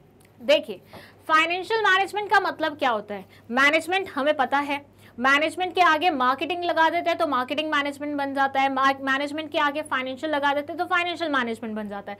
बात ऑलमोस्ट सिमिलर ही रहती है, बस स्पेशलाइजेशन मिल जाती है। तो यहाँ पे हम फाइनेंस को लेके, पैसे को लेके जब हम मैनेजमेंट करते हैं उसे फाइनेंशियल मैनेजमेंट बोलते हैं। It says financial management refers to the efficient acquisition, allocation and usages of funds by the company. It is carried out with the primary aim of reducing the cost of the funds that are procured, minimising the risk and effective distribution of funds. मतलब कम cost पे funds उठाना, procure करना और risk कम होना और distribution इस प्रकार से करना उन फंड्स की कि बेस्ट पॉसिबल वे में हम उन्हें इस्तेमाल कर रहे हैं। ये 3 मेन वो होते हैं हमारे। फिर अगर ऑब्जेक्टिव की बात करते हैं तो मेन ऑब्जेक्टिव होता है वेल्थ मैक्सिमाइजेशन। वेल्थ मैक्सिमाइजेशन का क्या मतलब होता है कि भैया देखो कुछ शेयर होल्डर्स हैं, ठीक है, जिन्होंने आपकी कंपनी में इन्वेस्ट किया है शेयर्स में पैसा डाल के, तो अपने पैसे दिए। अब आपका फर्ज नहीं बनता कि ज़रूरत के टाइम पे जब आपको फंड्स की आवश्यकता थी, उन्होंने आपको फंड्स दिए तो आप भी उनको इन रिटर्न कुछ दें, या तो डिविडेंड दें या फिर उनके कैपिटल का प्राइस बढ़ा दे, कैपिटल अप्रिसिएशन कर दे। कैपिटल अप्रिसिएशन कैसे होता है कि 2 रुपए का शेयर था, आज उसकी कीमत 4 रुपए बन गई है, तो ये कैपिटल अप्रिसिएशन हुआ। मतलब जिस इंसान ने 2 रुपए लगाए थे आपकी कंपनी में या 200 रुपए लगाए थे, आज उसके फर्स्ट से मैं बोलती हूँ 400 रुपए मतलब बना के निकाल रहा है वो उसमें से। सो ये बोला जाता है वेल्थ मैक्सिमाइजेशन। और ये कैसे होता है, ये शेयर्स के प्राइसेस इंक्रीज करा के, मार्केट में शेयर्स के प्राइसेस इंक्रीज करा के, मार्केट वैल्यू इंक्रीज करा के शेयर की हम कर सकते हैं, ठीक है। अब सेकेंड क्वेश्चन था फाइनेंशियल प्लानिंग के ऊपर। तो financial planning plays an crucial role in the success of an organisation. Its importance can be highlighted from the following factors. इसकी इंपॉर्टेंस हाईलाइट की जा सकती है इन फैक्टर्स के बेसिस पे। फर्स्ट है helps in facing eventual situations. Financial planning helps in forecasting future situations. In this way it prepares an organisation to cope with adverse situation in a better manner. Okay, helps in avoiding surprises and shocks, improves coordination. Okay, देखिए financial planning मतलब आप finance की पूरी planning पहले से ही करके रख रहे हो। प्लानिंग आपने की होगी फोरकास्टिंग के बेसिस पे, मतलब आपने बहुत सारे सिनेरियोज को इमेजिन किया होगा, फोरकास्ट किया होगा, एनालाइज किया होगा और उसके बाद अपनी प्लानिंग की होगी, राइट। तो इससे क्या फ़र्क पड़ेगा, इससे ये पड़ेगा कि आगे आने वाली जो सिचुएशन है जो एकदम से आती तो शायद आपके लिए शॉकिंग वाली सिचुएशन हो जाती या आप उसके लिए प्लान मतलब प्रिपेयर्ड नहीं होते। बट क्योंकि आपने सारी चीज़ें पहले से फोरकास्ट की हैं, आप पहले से ही प्रिपरेशन करके बैठे हो कि कल अगर मेरे साथ कुछ ऐसा हो गया तो मेरे पास अलग से फंड्स पड़े हुए हैं उस चीज़ को मैनेज करने के लिए, तो आने वाली सिचुएशंस का उतना ज़्यादा इम्पैक्ट नहीं होगा आपके ऊपर, उतना ज़्यादा हार्म नहीं क्रिएट करेंगे वो आपको। कैसे, देखो मेरे को पता है कि मेरा पेपर अच्छा नहीं गया है, देयर इज़ अ संभावना कि मैं फेल हो सकती हूँ, तो मैंने पहले से ही अपने दिमाग को प्रिपेयर करना शुरू कर देना कि फेल हो सकता है, हो सकता है, हो सकता है, इट्स ओके, हो सकता है, हो सकता है, हो सकता है। और फिर जब वो फेलियर आएगा तो वो इतनी बुरी तरह से नहीं लगेगा, राइट। लेकिन हम सोच रहे हो मेरा पेपर तो बहुत अच्छा गया, मेरे मार्क्स तो बहुत अच्छे आने वाले, और जब रिजल्ट आया पता चला तुम फेल हो गए, मतलब खुदा ना खास्ता कभी ऐसा हो, लेकिन अगर मान लो हो गया तो कैसा लगेगा ना, शॉक कि यार ये क्या हुआ, हम तो एक्सपेक्ट कर रहे थे हमारे बहुत अच्छे मार्क्स आएंगे, यहाँ तो हम फेल हो गए। बहुत बार ऐसा होता है, राइट। तो बस वही चीज़ है, क्योंकि आप पहले से प्लान्ड हो, पहले से आपने सारी चीज़ें करके रखी हुई है, तो कोई भी चीज़ आपको ना एक शॉक की तरह लगेगी ना ही एक सरप्राइज की तरह लगेगी। यू मस्ट बी पहले से ही वेल प्रिपेयर्ड कि हाँ ऐसा होगा चीज़ें। इम्प्रूव्स कोऑर्डिनेशन, क्योंकि सबको पता है भैया किस डिपार्टमेंट के पास कितना पैसा है, किस डिपार्टमेंट की कितनी लिमिटेशन बनती है, उनका बजट कितने पे सेट है, तो सब अपने अकॉर्डिंग काम उसी पैसे के अंदर अंदर बजट में काम करेंगे। और उसके लिए उन्हें एक दूसरे की मदद भी लेनी पड़े तो वो ऑब्वियसली करेंगे कि इस बार तुमने मेरी मदद कर दी, अगली बार मैं तुम्हारी मदद कर दूंगा, ऐसे भी किया जा सकता है। 13th question is, science is a systematized body of knowledge that explains in certain truths of operation of the general laws. In the light of this statement, describe management as a science. First chapter से ये question pick किया गया है और है management is a complex activity that has 3 main dimensions, explain these dimensions. पहले बोल रहे हैं कि भैया मैनेजमेंट एज अ साइंस वाली चीज़ को एक्सप्लेन करना है आपको, और दूसरा आपको ये एक्सप्लेन करना है कि मैनेजमेंट एक कॉम्प्लेक्स एक्टिविटी है जिसके 3 मेन डायमेंशंस होते हैं और वो तीनों मेन डायमेंशंस को यू हैव टू एक्सप्लेन। ठीक है, चलिए। Science is a systematized body of knowledge that explains certain general truths or the operation of general laws. The features which describe management as science are systematic body of knowledge, मतलब science में क्या बोलते हैं कि science बोलते हैं कि भैया ये ना एक ऐसी चीज़ है जिसमें एक पर्टिकुलर नॉलेज, एक थ्योरी नॉलेज इकट्ठी की हुई है ओवर द टाइम, तो मतलब वो सिस्टमैटिक बॉडी बनी हुई है नॉलेज की। ठीक है, और same goes for management also. Management में बहुत सारे प्रिंसिपल्स हैं, मैनेजमेंट के भी बहुत सारे एस्पेक्ट्स हैं जो कि ओवर द टाइम लोगों ने पढ़ के या कर करके सीखे हैं और उसको एक थ्योरी बेस में बना के लोगों को आगे पेश करें ताकि वो भी मैनेजमेंट को अच्छे से समझ पाएँ, सीख पाएँ। ठीक है, second है theories based on experimentation. The principles of management have developed over the years based on repeated observations and experiment. However, as management deals with human behavior, no exact cause and effect relationship can be established. जबकि हम science की बात करते हैं तो science में एक cause and effect relationship होता है, वहाँ पे भी थ्योरीज जो होती हैं वो बेस्ड होती हैं एक्सपेरिमेंट्स पे, बार बार एक्सपेरिमेंटेशन होता है, ऑब्जर्वेशन होती है, उसके बेसिस पे थ्योरी बनती हैं, लेकिन वहाँ पे कॉज एंड इफेक्ट रिलेशनशिप होता है जो कि मैनेजमेंट में मिसिंग होता है। थर्ड है universal validity. Theories and principles of management are valid universally to a great extent. These can be used to impart basic knowledge and managerial skills to budding managers. देखें, universal validity तो है, applicability भी है, लेकिन हर उसमें reaction कैसे आता है, हर उसमें आपका नेक्स्ट स्टेप कैसे रहेगा वो डिफरेंट होगा, जो कि साइंस में नहीं होता है. साइंस में जहाँ पे भी आप चाहें, जिस वे में एक्सपेरिमेंट करना चाहें, सेम रिजल्ट्स मिलेंगे. यहाँ पे ऐसा नहीं होता क्योंकि ये ह्यूमन बीइंग से डील करते हैं. यहाँ पे आप अप्लाई कर सकते हो इन सब चीज़ों को, लेकिन वो रिएक्शन किस वे में होगा वो डिफरेंट हो जाता है. तो बेसिकली अगर हम साइंस और मैनेजमेंट को कंपेयर करें तो मैनेजमेंट में जो चीज़ें पाई जाती हैं वो अक्सर साइंस से थोड़ी सी डिफरेंट होती हैं, एक दो पॉइंट सेम होते हैं, मतलब ऐसे मानिए 3 पॉइंट्स है तो 1.5 पॉइंट सेम होंगे, 1.5 पॉइंट डिफरेंट होंगे, इसलिए हम बोलते हैं management is basically an inexact science instead of calling it pure science. ठीक है, सेकेंड क्वेश्चन था हमारा मैनेजमेंट एक कॉम्प्लेक्स एक्टिविटी है, तो ये बोलते हैं management is a complex activity that has 3 main dimensions, the following are the 3 main dimensions. First है managing the work, managing the people और managing the operation.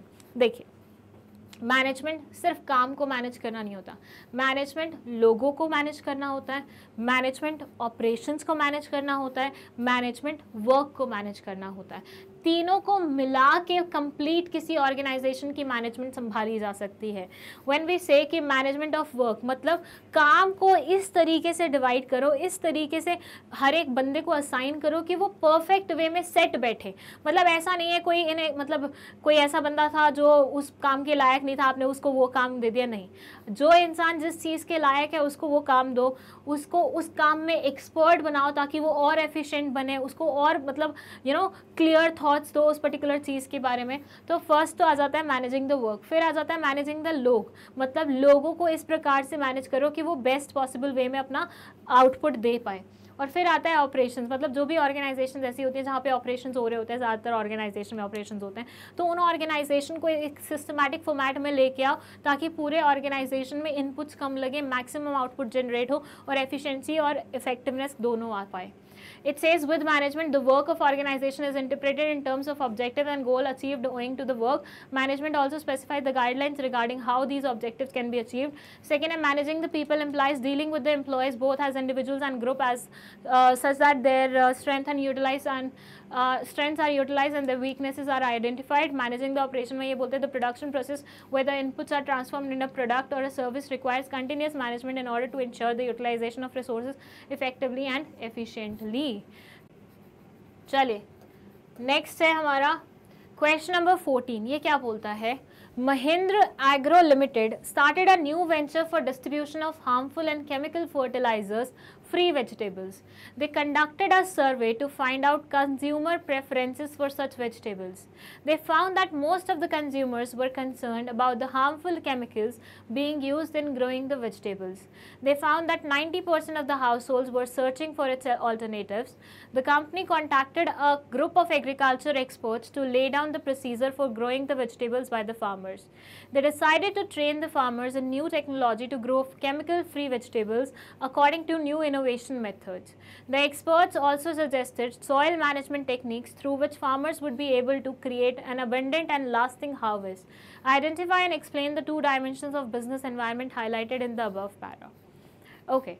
What they are saying is Mahindra agro limited जो है उन्होंने एक नया venture start किया है for distribution of harmful and chemical fertilisers free vegetables. मतलब ऐसे वेजिटेबल्स बना रहे हैं वो जो कि हार्मफुल भी नहीं है और केमिकल फर्टिलाइजर से फ्री भी है। मतलब जैसे होता है ना, वेजिटेबल उगाने के लिए आपको फर्टिलाइजर्स वगैरह डालने पड़ते हैं जो कि केमिकल रिच होते हैं, तो वो काफ़ी हार्मफुल होते हैं किसी के लिए, वो सब नहीं इस्तेमाल कर रहे, ऑर्गेनिक काइंड ऑफ प्रोडक्शन हो रहा है। They conducted a survey to find out consumer preferences for such vegetables. इन्होंने एक सर्वे कंडक्ट किया ताकि ये जान पाए कंज्यूमर की प्रेफरेंस क्या है उन वेजिटेबल्स को लेके। They found that most of the consumers were concerned about the harmful chemicals being used in growing the vegetables. इनको पता लगा मैक्सिमम जो कंज्यूमर्स थे ना वो कंसर्न थे कि हार्मफुल केमिकल्स कैसे, मतलब हार्मफुल केमिकल्स वाले वेजिटेबल्स उनके लिए अच्छे नहीं हैं काइंड ऑफ, मतलब उन हार्मफुल केमिकल्स को लेके काफ़ी कंसर्न थे। उनको लग रहा था कि यार हम ये क्या खा रहे हैं, हमारे ऊपर इसका इफेक्ट भी देखने को मिल रहा है। They found that 90% of the house holds were searching for its alternatives. उनको पता लगा कि 90% जो हाउस होल्ड्स थे वो इसके ऑल्टरनेटिव्स ढूंढ रहे थे कि कहीं से उन्हें ऐसे वेजिटेबल्स मिल जाएं जो कि केमिकल फ्री हो। ठीक है, The company contacted a group of agriculture experts to lay down the procedure for growing the vegetable by the farmer.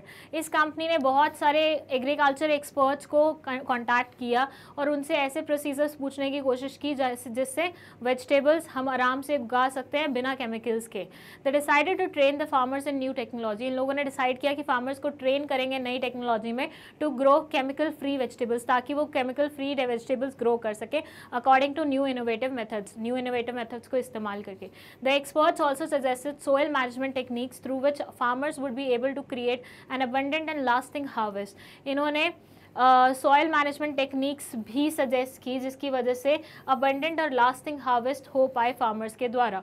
Identify and explain the 2 dimensions of business environment highlighted in the above para. आपको यहाँ पे business environment chapter से जो 2 dimensions हैं उन्हें explain करना है, जो कि इस पैराग्राफ में हाईलाइट की गई हैं। कुछ नहीं है भैया, देखो सिंपल सी बात है कि अभी तक वेजिटेबल्स ग्रो किए जाते थे हार्मफुल केमिकल्स और फर्टिलाइजर्स को इस्तेमाल करके। अब किसी को समझ में आया कि नहीं ये चीज़ गलत हो रही है, हमें ऑर्गेनिक वेजिटेबल ग्रोथ करवानी चाहिए। तो उन लोगों ने काफ़ी सारे वो करे, सर्वे वगैरह कंडक्ट करे कि लोगों को क्या चाहिए उनकी वो भी पूछ लेते हैं। तो ये समझ में आया लोगों को ये चाहिए कि उनको फ्री मतलब थोड़ा केमिकल फ्री वेजिटेबल खाने का मौका मिले, और वो कंसर्न भी थे और वो उसके ऑल्टरनेटिव्स भी ढूंढ रहे थे। तो इन्होंने फार्मर्स के लिए एक पर्टिकुलर चीज़ वो करी कि ट्रेनिंग प्रोवाइड करते हैं फार्मर्स को, ताकि वो न्यू इनोवेटिव चीज़ों को इस्तेमाल करके कहीं ना कहीं केमिकल फ्री वेजिटेबल्स उगा सकें, and at the same time soil management technique का भी इस्तेमाल कर सकें, और फार्मर्स अपनी जो प्रोडक्शन है उसको या हार्वेस्ट को बढ़ा सके। ठीक है, तो आपको बिजनेस एनवायरनमेंट के 2 डायमेंशंस यहाँ पे बताने हैं। फर्स्ट है टेक्नोलॉजिकल, सेकंड है सोशल। कैसे? देखो, केमिकल फ्री फर्टिलाइजर्स फ्री अगर वेजिटेबल्स उगानी है तो आपको न्यू टेक्नोलॉजी का इस्तेमाल करना पड़ेगा। न्यू टेक्नोलॉजी का इस्तेमाल करना है तो ये किस डायमेंशन की तरफ आपको लेके जा रहे हैं? ये टेक्नोलॉजिकल एनवायरनमेंट या टेक्नोलॉजिकल डायमेंशन की टूवर्ड्स आपको लेके जा रहे हैं।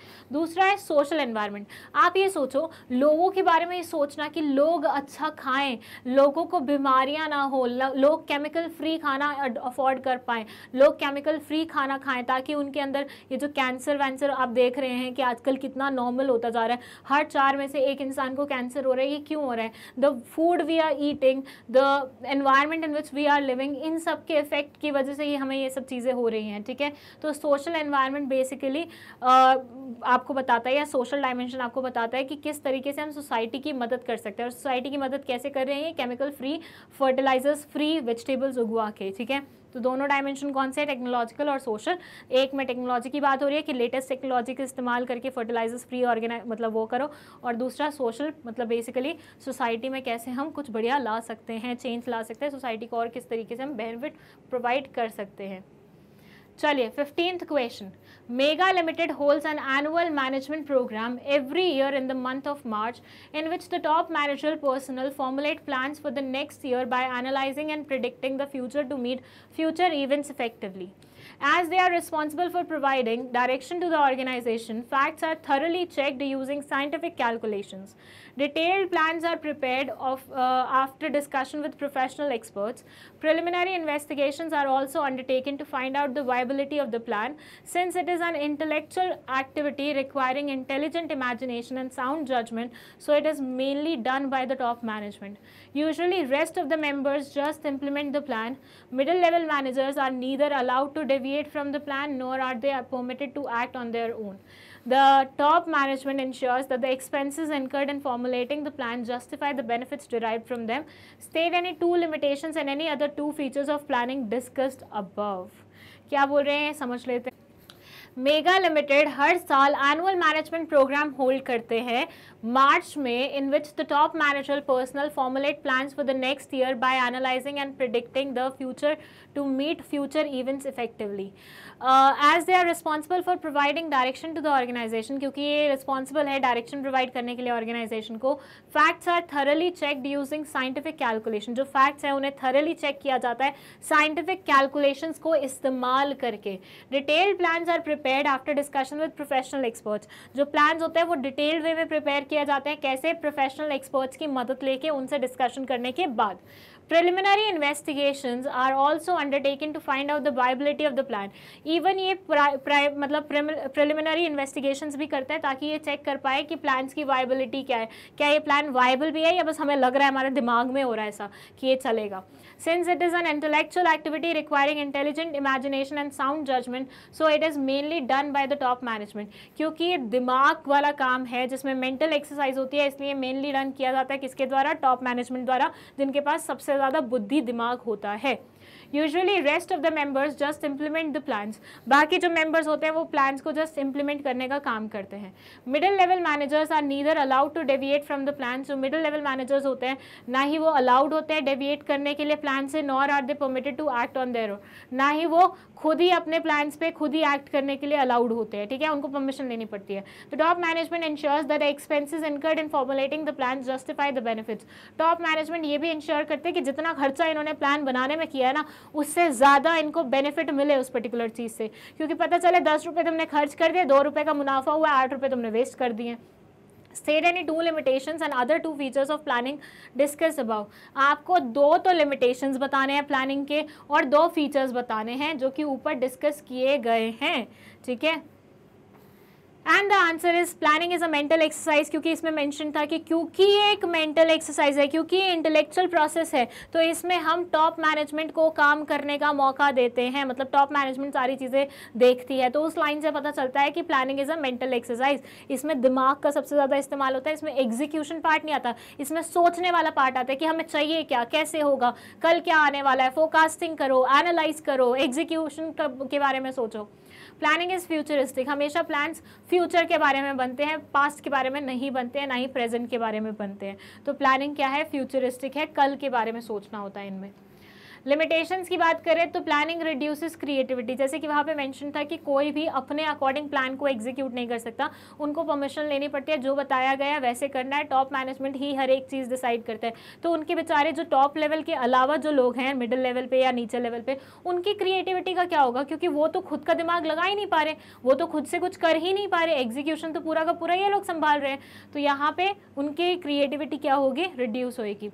प्लानिंग इन्वॉल्व्स ह्यूज कॉस्ट, ये लाइन लिखी हुई थी कि ये इंश्योर करते हैं कि जितना पैसा खर्च हो रहा है उसके अकॉर्डिंग मुनाफा भी उतना ही हो। तो मतलब प्लानिंग में खर्चा तो बहुत होता है, planning is very costly costly thing, so it involves huge cost, वो वाला पॉइंट यहाँ पे लिखा जाएगा। तो 2 फीचर्स हो गए मेंटल एक्सरसाइज और फ्यूचरिस्टिक, और 2 लिमिटेशंस हो गए क्रिएटिविटी एंड ह्यूज कॉस्ट। इसलिए मैं बोलती हूँ हमेशा ना सारे पॉइंट्स पढ़ने चाहिए, लिमिटेशंस के, एडवांटेजेस के, फीचर्स के, क्योंकि यू नेवर नो कौन सी केस बेस्ड क्वेश्चन में कौन से वाले पॉइंट को हाईलाइट कर दिया जाए, और अगर यहाँ पे तुमने ये दोनों पॉइंट्स नहीं पढ़े होते तो तुमसे बनता ही नहीं ये क्वेश्चन। चलिए let's move to question number 16। ये बोलता है Winbur limited set up a manufacturing unit at Bhiwandi in Himachal Pradesh to manufacture electric geysers and supply them to the dealers all over the country. मुझे ऐसा लग रहा है ये केस बेस्ड क्वेश्चन भी पहले आ चुका है। The production target was 500 geysers per week. It was decided by the management that variation in production up to 10 units would be acceptable. At the end of the first week, the production was 450 geysers, and the next week the production increased to 470 geysers. A week later, production was 460 geysers. On investigation, it was found that the fluctuation in production was due to irregular supply of electricity. 2 question जो यहाँ पे पूछे गए हैं, first है the above para discusses some of the steps in the process of one of the functions of management, explain these steps. Second है also state the steps that have not been discussed in the above para. चलिए, so ये क्या बोल रहे हैं, Weinberg limited एक organisation है, एक कंपनी है जिसने मैन्युफैक्चरिंग यूनिट सेट की है कहाँ पे, हिमाचल प्रदेश के भिवाड़ी में, भिवाड़ी है, भिवंडी नहीं है, भिवाड़ी है, sorry my bad, Himachal Pradesh के लोग तो बुरा मान जाएंगे इससे। चलिए, टू मैन्युफैक्चर इलेक्ट्रिक गीजर्स, ये क्या बना रहे हैं, इलेक्ट्रिक गीजर्स बना रहे हैं और इन्हें सप्लाई करने हैं geysers all over the country में। इनका प्रोडक्शन टारगेट है 500 गीजर्स पर वीक। इन्होंने डिसाइड किया कि मैनेजमेंट वेरिएशन मतलब 10 यूनिट्स तक का वेरिएशन देख सकती है, मतलब 500 का टारगेट लिया हुआ है, लेकिन 490 तक भी बनेंगे तो चल जाएंगे, 10 यूनिट्स का वेरिएशन चल जाएगा इन लोगों को, मतलब ये इनकी एक्सेप्टेबल रेंज है। अब हुआ क्या, पहले वीक प्रोडक्शन हुआ 450 गीजर्स का, फिर नेक्स्ट वीक हुआ 470 का, फिर हुआ 460 का। ऑन इन्वेस्टिगेशन, मतलब इन्वेस्टिगेशन के बाद पता चला कि भैया ये जो फ्लक्चुएशन हो रही है ना, ये इरेगुलर सप्लाई ऑफ इलेक्ट्रिसिटी की बेसिस पे हो रही है, मतलब जो इलेक्ट्रिसिटी है वो रेगुलर बेसिस पे नहीं आ रही, जिसकी वजह से ये काम ढंग से नहीं कर पा रहे हैं। The above para discusses some of the steps in the process of one of the functions of management. Management का एक फंक्शन है, उस फंक्शन के कुछ स्टेप्स ऊपर डिस्कस किए गए हैं, आपको वो स्टेप्स एक्सप्लेन करने हैं। अब इसका आंसर आपसे तभी बन पाएगा जब आप ये पता लगा पाओ कि मैनेजमेंट के कौन से फंक्शन के बारे में यहाँ पे बात हो रही है। और सेकेंड है also state the steps that have not been discussed in the above para. साथ ही साथ वो स्टेप्स जो कि ऊपर नहीं बताए गए हैं, डिस्कस नहीं किए गए हैं, उनको भी आपको स्टेट करना है। बहुत सिंपल क्वेश्चन है, बहुत ही बढ़िया क्वेश्चन है, देखो एक बार बढ़िया तरीके से इसे। ओके सो देखिए, जो फंक्शन जिसके बारे में बात हुई है यहाँ पे वो है कंट्रोलिंग। कंट्रोलिंग फंक्शन के फिर स्टेप्स पूछे हुए हैं। तो first they say setting standards. The first step in the process of controlling is to develop the standards और benchmarks for performance as against which the actual performance would be measured. मतलब standard set कर लेना, फिर actual performance को उससे compare करना और देखना कि कोई डेविएशन तो नहीं आ रही है।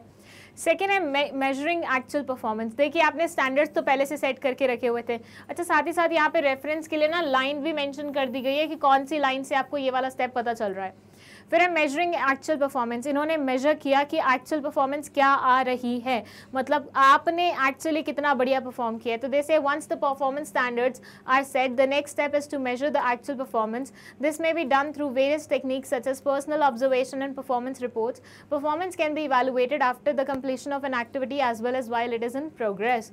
आप जो परफॉर्मेंस है उसको इवैल्यूएट उसी टाइम भी कर सकते हो जब एक्टिविटी चल रही है, and at the same time तब भी कर सकते हो जब वो एक्टिविटी कंप्लीट हो चुकी है। और उसके बाद इन्होंने वो लाइन दी है रेफरेंस के लिए जिससे इस पर्टिकुलर स्टेप के बारे में पता चलता है। नेक्स्ट है कंपेयरिंग द परफॉर्मेंस। दोनों को कंपेयर करना। Performances once measured are then compared with the set standards. Such a comparison helps in assessing the deviations in performance. In regard to this the comparisons in quantitative terms are much easier than in qualitative terms. Quantitative terms में जो comparisons होते हैं वो ज़्यादा easily हो जाता है कि भैया 8 या 9, 10 या 11। ज़्यादा, बहुत ज़्यादा, कम, ये फिर थोड़े मुश्किल हो जाते हैं क्योंकि क्वालिटेटिव हो जाते हैं। Analyzing deviations. Every organization faces deviation in the actual performance as against the predetermined standards. It is important for managers to find the deviation that are beyond the permissible range. Once the deviations are recognized, it is necessary to identify the cause for it. There can be a number of factors causing deviations in performance, such as invisible standards, deficiencies in process, underutilization of resources, and changes in business environment. ये बोलते हैं कि भैया ऐसा तो हो नहीं सकता कि एग्जैक्टली तुमने 19 बोला था तो 19 ही होगा, 20 बोला था तो 20 ही होगा। थोड़ा बहुत डेविएशन तो हर किसी में आता है। बस अब आपको एनालाइज करना है कि डेविएशन क्यों आया है, क्या ये डेविएशन हमारे एक्सेप्टेबल लिमिट्स के विदिन है, अगर नहीं है तो क्या स्टेप्स हमें लेने चाहिए। और नेक्स्ट है हमारा the step which was missing है। The step which was missing is taking corrective measures when deviation go beyond the admissible limits. There arises a need for the managers to take corrective action. ये बोल रहे हैं कि भैया ये वाला जो स्टेप था ना corrective action लेने वाला, ये वाला उस केस में क्या था, मिसिंग था। मतलब ये वाला उस केस में नहीं लिखा हुआ था। That's why the reference line is not given, क्योंकि वो उसमें मेंशन ही नहीं था। बल्कि जबकि बाकी सब हम देखें स्टेप्स तो सारे के सारे स्टेप्स के अगेंस्ट लाइन्स लिखी हुई हैं। मैं थोड़ा सा एक बार साइड भी हो जाती हूँ ताकि आप स्क्रीनशॉट ले सकें। ये देखिए, फर्स्ट वाले के लिए ये लाइन लिखी हुई है, सेकंड वाले के लिए ये लाइन लिखी हुई है, थर्ड वाले के लिए ये लाइन लिखी हुई है, फोर्थ वाले के लिए ये लाइन लिखी हुई है। But the missing step was this one, taking corrective action. इसके लिए कोई भी लाइन नहीं लिखी हुई है। तो इस तरीके से हमारा ये कंप्लीट होता है 16th question. Now let's move to question number 17। ये बोलता है organising involves a series of steps that need to be taken in order to achieve the desired goal. Explain these steps. और इंटरनल चॉइस दी हुई है, explain any 4 points of importance of organising. Organising के 4 importance के points आपको बताने हैं और ऊपर वाले में आपको ऑर्गेनाइजिंग की बेसिकली स्टेप्स बताने हैं, प्रोसेस के स्टेप्स बताने हैं। चलिए, बहुत ही सिंपल और बहुत ही स्ट्रेट फॉरवर्ड क्वेश्चन है, इसलिए ज़्यादा इसमें सोच विचार बनता नहीं है। Following steps are involved in the process of organising. First है identifying and dividing the work. सबसे पहले तो वर्क को आइडेंटिफाई करो और फिर उसके बाद उसको डिवाइड करो। Creating departments. नेक्स्ट होता है हमारा सिमिलर नेचर वाले ग्रुप टुगेदर और डिपार्टमेंट्स क्रिएट कर दो। जैसे आपको लगता है कुछ काम सिमिलर नेचर के, उनको एक डिपार्टमेंट में कर दो, कुछ काम सिमिलर नेचर के, उनको एक डिपार्टमेंट में कर दो, कुछ बाकी सिमिलर नेचर के, उसको एक डिपार्टमेंट में कर दो। तो ऐसे डिपार्टमेंट्स क्रिएट कर दो, ठीक है। देन है असाइनिंग ड्यूटीज, जो इंसान जिस काम में एक्सपर्ट है उसे वो काम सौंप दो, ठीक है। और एस्टेब्लिशिंग रिलेशनशिप, मतलब रिपोर्टिंग रिलेशनशिप बना दो, ये सबऑर्डिनेट है, ये सुपीरियर है, इसको रिपोर्ट करना है, इसको इससे परमिशन लेनी है, ऐसे करके आप रिपोर्टिंग रिलेशनशिप बना देते हैं। और सेकंड जो हमारा क्वेश्चन था और वाला, अच्छा एक चीज़ है, मैं थोड़ा फास्ट इसलिए चल रही हूँ क्योंकि मैं एक्सपेक्ट कर रही हूँ कि आपने पूरा सिलेबस पढ़ा हुआ है, आपको सब कुछ पहले से आता है, यहाँ पे सिर्फ हम आंसर्स देख रहे हैं एक बार फॉर्मेलिटी के लिए, क्योंकि मैं ये भी मान रही हूँ कि आपको हर एक क्वेश्चन के आंसर आते होंगे, बहुत ही सिंपल क्वेश्चंस दिए हुए हैं, ठीक है। तो इसलिए अगर आपको फिर भी मतलब अगर आपकी कहीं प्रिपरेशन थोड़ी सी कमी है उसमें, तो आप एक काम कर सकते हैं कि जिस क्वेश्चन में आपको डाउट जा रहा है, जैसे ऑर्गेनाइजिंग में आपको स्टेप्स में डाउट जा रहा है, तो आप इसकी जो वीडियो बनी हुई है वो जाके देख सकते हैं, आपको लिंक डिस्क्रिप्शन बॉक्स में मिल जाएंगे, ठीक है। जो इंटरनल चॉइस वाला क्वेश्चन था उसमें था 4 पॉइंट्स बताने हैं हाईलाइट करते हुए इंपॉर्टेंस ऑफ ऑर्गेनाइजिंग। तो फर्स्ट है clear definition of working relationship. भैया जब ऑर्गेनाइजिंग होती है ना, सबको वर्किंग रिलेशनशिप बहुत अच्छे से क्लियरली डिफाइंड होते हैं। Under organising the hierarchical structure in the organisation is clearly established, thereby avoiding any ambiguity in the transfer of instructions. कोई भी एम्बिग्विटी नहीं होती इंस्ट्रक्शंस के ट्रांसफर होने में, मतलब मुझे पता है मेरा बॉस ये है, मुझे इंस्ट्रक्शन इससे मिल सकती है, उसे पता है उसका सबऑर्डिनेट ये है, उसे इंस्ट्रक्शन इसको देनी है, तो कोई भी ऐसे मिसकम्युनिकेशन नहीं होगा। ये नहीं होगा मैं किसी और बॉस के पास जाके बोल रही हूँ क्या काम करना है और कोई और बॉस मेरे पास आके बोल रहे तुम ये काम कर लो, ऐसा नहीं होगा। क्लियर वर्किंग कंडीशन होंगी, क्लियर वर्किंग रिलेशनशिप होंगे कि मुझे पता है कौन क्या मतलब मुझे किससे ऑर्डर लेने हैं, उन्हें पता है उन्हें ऑर्डर किसको देने हैं। Second है less duplication of work, as various activities are properly assigned to different personnel, duplication of work is minimized। भैया देखिए सारे काम को हम प्रॉपरली आइडेंटिफाई करते हैं, बाइफिकेट करते हैं और रिस्पेक्टिव पर्सन को दे देते हैं उसकी कैलिबर के अकॉर्डिंग, तो यहाँ पे डुप्लीकेशन होने की पॉसिबिलिटी थोड़ी सी कम हो जाती है क्योंकि सिस्टमैटिक अरेंजमेंट हो गई है काम की। Better coordination. Under organizing, activities of a similar nature are grouped together in different departments. This ensures better coordination and harmony. Organising में जो different activities of a similar nature, जो सिमिलर नेचर की activities होती हैं उन्हें group together किया जाता है डिफरेंट डिपार्टमेंट में, जो कि इंश्योर करती हैं बेटर कोऑर्डिनेशन एंड हार्मनी। देखिए जो अलग किस्म के काम थे उनको एक डिपार्टमेंट में डाल दिया, एक अलग किस्म के काम एक डिपार्टमेंट में डाल दिए, अब एक डिपार्टमेंट में सारे सिमिलर नेचर के काम होंगे। इससे हमें ये पता चलता है जब ये अपना काम अच्छे से करे, ये अपना काम अच्छे से करे, तो वो आपस में मतभेद क्यों करेंगे, कॉन्फ्लिक्ट क्यों लाएंगे। जब सब काम प्रॉपरली सिस्टमैटिक तरीके से होंगे तो कोऑर्डिनेशन भी तो उसकी वजह से कहीं ना कहीं इंप्रूव होगी। एंड देन है इंक्रीज ग्रोथ एंड एक्सपेंशन। ये बोलते हैं through proper organising an enterprise can expand its business operation and deviate from the traditional norms in a smooth and better manner. जब हर एक काम बहुत सिस्टमैटिक तरीके से चलेगा, हर एक काम बहुत ही ऑर्गेनाइज वे में चलेगा, तो कहीं ना कहीं उससे फ़ायदा ये होगा कि पूरी ऑर्गेनाइजेशन को ग्रो करने का, एक्सपैंड करने का मौका मिलेगा। ठीक है, सो ये हो गया आंसर हमारा इस पर्टिकुलर क्वेश्चन का। स्क्रीनशॉट लेना है तो आप फट से ले लीजिए 17th क्वेश्चन का आंसर। आहिस्ता आहिस्ता हम एंड पे जाते जा रहे हैं, बट अभी भी बहुत सारे क्वेश्चंस हैं। Let's move to question number 18। ये क्या बोलता है? Stock exchange acts as a regulator of the securities market. It creates a continuous market where the securities are bought and sold. It gives investors the chance to disinvest and reinvest. Through this process of disinvestment and reinvestment, savings get channelized into their most productive investment avenues. To ensure that the investing public gets a safe and fair deal in the market, the membership of the stock exchange is well regulated and its dealings are well defined according to the existing legal framework. It also ensures wider share of ownership by regulating new issues, better trading practices, and taking corrective steps in educating the public about investments. Various functions performed by stock exchange are discussed in the above para. By quoting lines from the above para, state any 4 functions of the stock exchange. Okay, बहुत ही बड़ी कहानी है लेकिन question बहुत ही छोटू सा पूछा गया है, बट एक बार कहानी को समझ लेते हैं, उससे हमें समझ में आएगा कि हमें जो पॉइंट्स लिखने हैं वो कौन सी चीज़ के रिस्पेक्ट में लिखने हैं। फर्स्ट ये बोलते हैं स्टॉक एक्सचेंज एक्ट करता है as a regulator of securities market. जो स्टॉक एक्सचेंज है वो सिक्योरिटीज़ मार्केट का रेगुलेटर है। It creates a continuous market. ये क्रिएट करता है continuous market where the securities are bought and sold, जहाँ पे सिक्योरिटीज़ बिकती और ख़रीदी जाती हैं। It gives investors the chance to disinvest and reinvest, ये इन्वेस्टर्स को चांस देता है कि तुम खरीदो बेचो, इन्वेस्ट करो फिर हट जाओ उस इन्वेस्टमेंट से, अब इन्वेस्ट करो फिर हट जाओ उस इन्वेस्टमेंट से। Through this process of disinvestment and reinvestment savings get channelise into their most productive investment avenues. इस पर्टिकुलर प्रोसेस से, डिसइन्वेस्टमेंट और री इन्वेस्टमेंट से, सेविंग्स प्रॉपरली चैनलाइज होती हैं मोस्ट प्रोडक्टिव इन्वेस्टमेंट एवेन्यूज में। मतलब जिनके पास पैसा होता है उनकी सेविंग्स ऐसे काम में लगती हैं जो प्रोडक्टिव नेचर के हैं और जिससे कमाई हो सकती है, प्रोडक्टिव इन्वेस्टमेंट के रूप में वो लग जाते हैं। To ensure that the investing public gets a safe and fair deal in the market, ये इंश्योर करने के लिए कि पब्लिक को एक सेफ और फेयर डील मिले मार्केट में, the membership of stock exchange is well regulated. Membership stock exchange की वेल रेगुलेटेड है, मतलब कुछ लीगल फ्रेमवर्क्स हैं जिनको आपको पूरा करना पड़ता है, जिनको आपको फॉलो करना पड़ता है और उसके बाद ही यू गेट मेंबरशिप, ठीक है। It also ensures wider share of ownership by regulating new issues, better trading practices and taking effective steps in educating the public about investments. It also ensures wider share of ownership by regulating new issues, नए issues भी आते हैं, better trading practices होती है, taking corrective steps, मतलब लोगों को educate करने का भी मौका ये कहीं छोड़ते नहीं है, जहाँ पे इनको मौका मिलता है उनको भी समझा देते हैं, सिखा देते हैं। Various functions performed by stock exchange are discuss in the above para.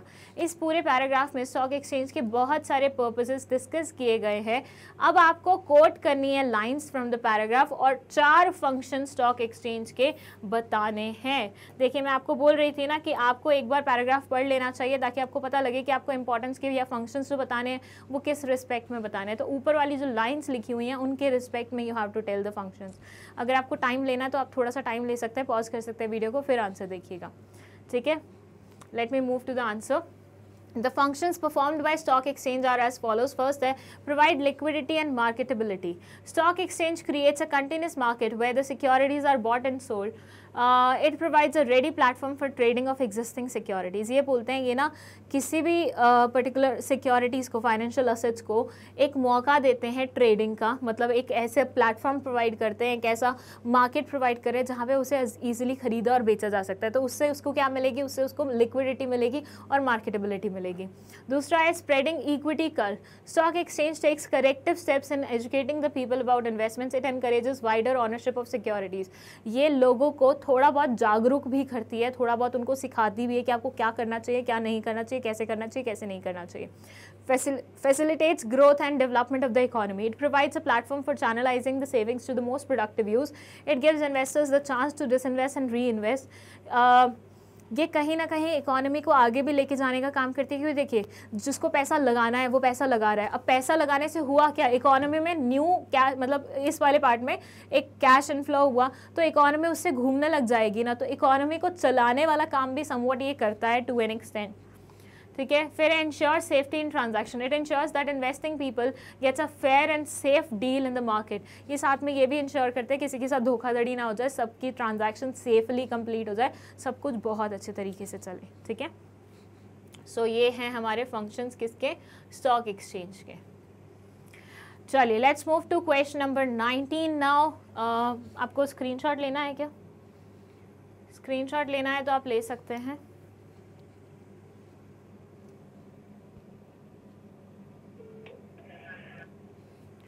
अब चलते हैं हम हमारे नेक्स्ट क्वेश्चन पे, क्वेश्चन नंबर 19। ये बोलते हैं explain any 4 points of difference between marketing and selling.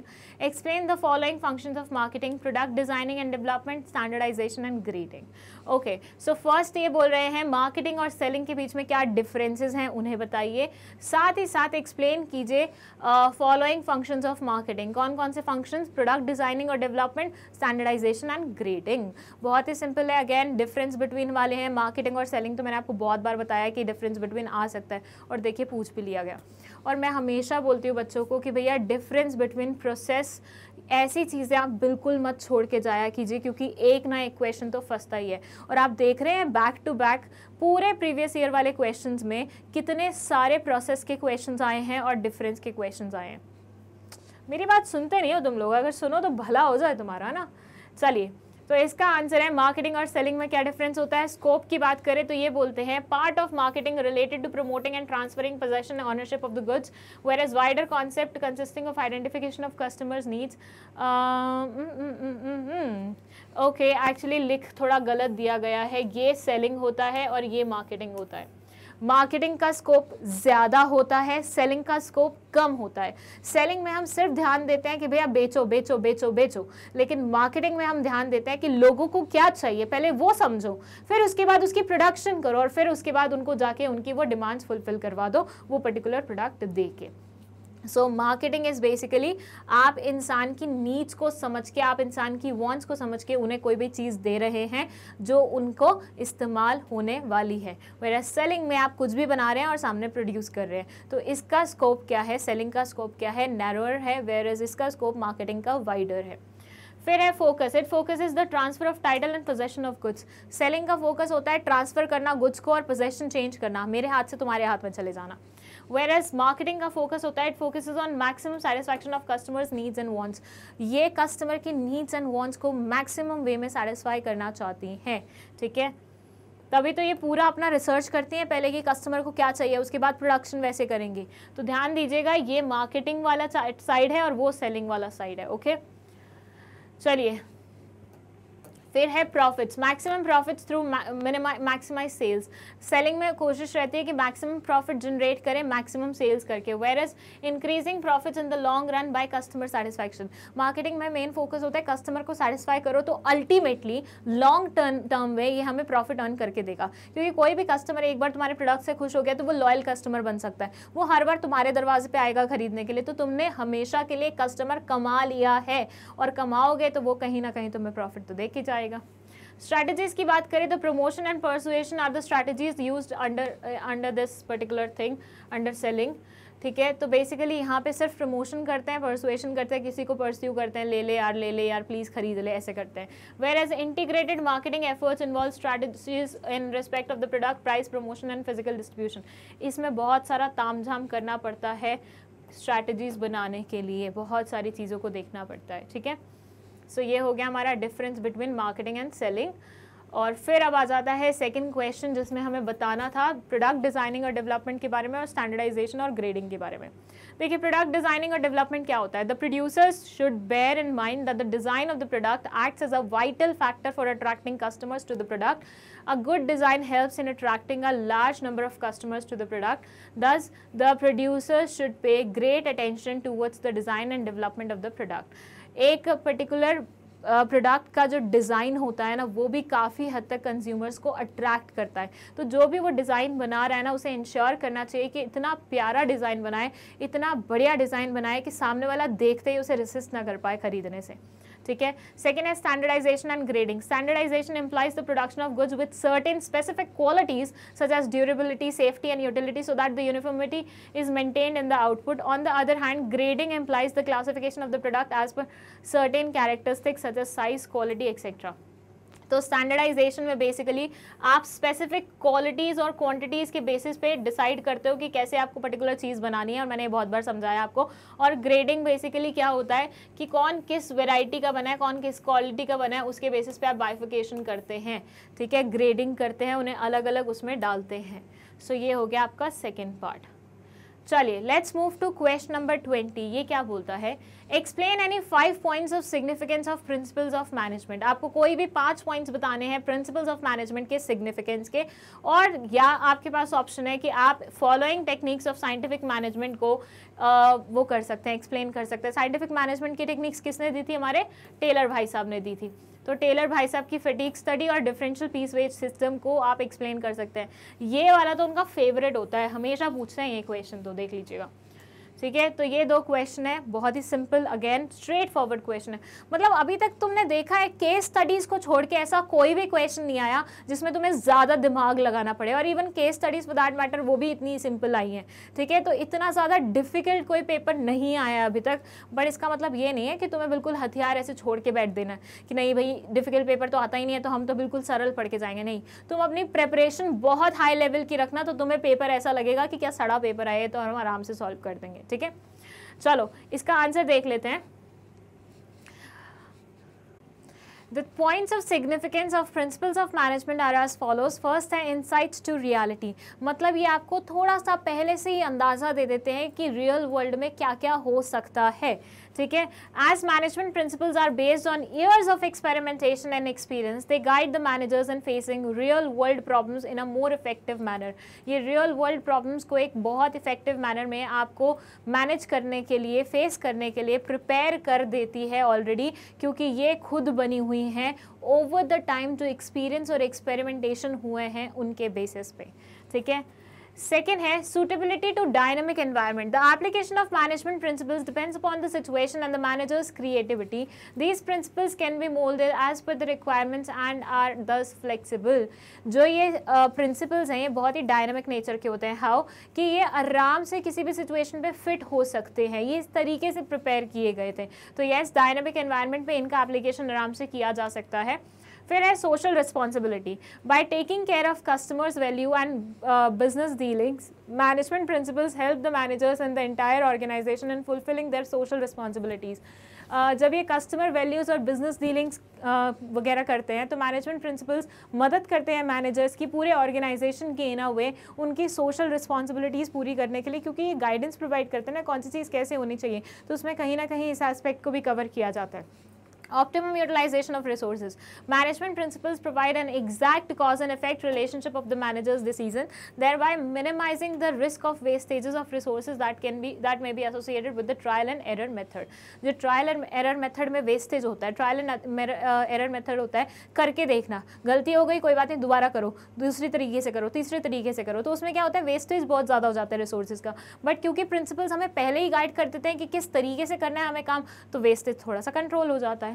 फिर है logical decisions. Management decisions should be based on reason and proof rather than beliefs and intuitions. As per the principles of management were developed from experiments on real life problems, they stand the test of logic and reasoning. क्योंकि सारी की सारी चीज़ें develop की गई हैं, मतलब जितने भी प्रिंसिपल्स हैं वो मैनेजमेंट के डेवलप किए गए हैं एक्सपेरिमेंट्स पे जो कि रियल वर्ल्ड से कनेक्टेड थी. सो इन अ वे ये बहुत ही लॉजिकल और रीजनिंग वाले डिसीजंस ही लेते हैं. ऐसे नहीं है कि हवा में डिसीजन ले लिया कि ऐसे करते हैं, आज ये करने का मन है ऐसे करने का, नहीं. प्रॉपर एक कोर्स ऑफ एक्शन हमने चलाया, प्रॉपर हमने लॉजिक्स लगाए और उसके बेसिस पे हमने ये पर्टिकुलर रिजल्ट लाया. Techniques of scientific management.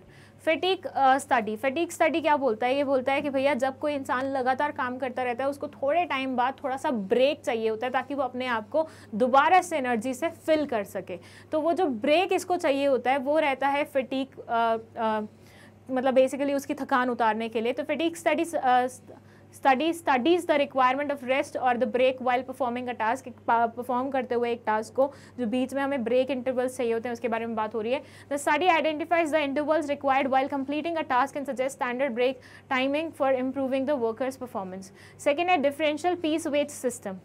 Under this technique, wages are decided according to the set standard. The workers who perform better than the set standards get higher wages than the workers who perform below the standards. Taylor introduced the system of to differentiate the efficient workers from the inefficient ones and reward them accordingly. ये बोलते हैं differential piece wage system में क्या होता है कि different wage rate system तय किया होता है.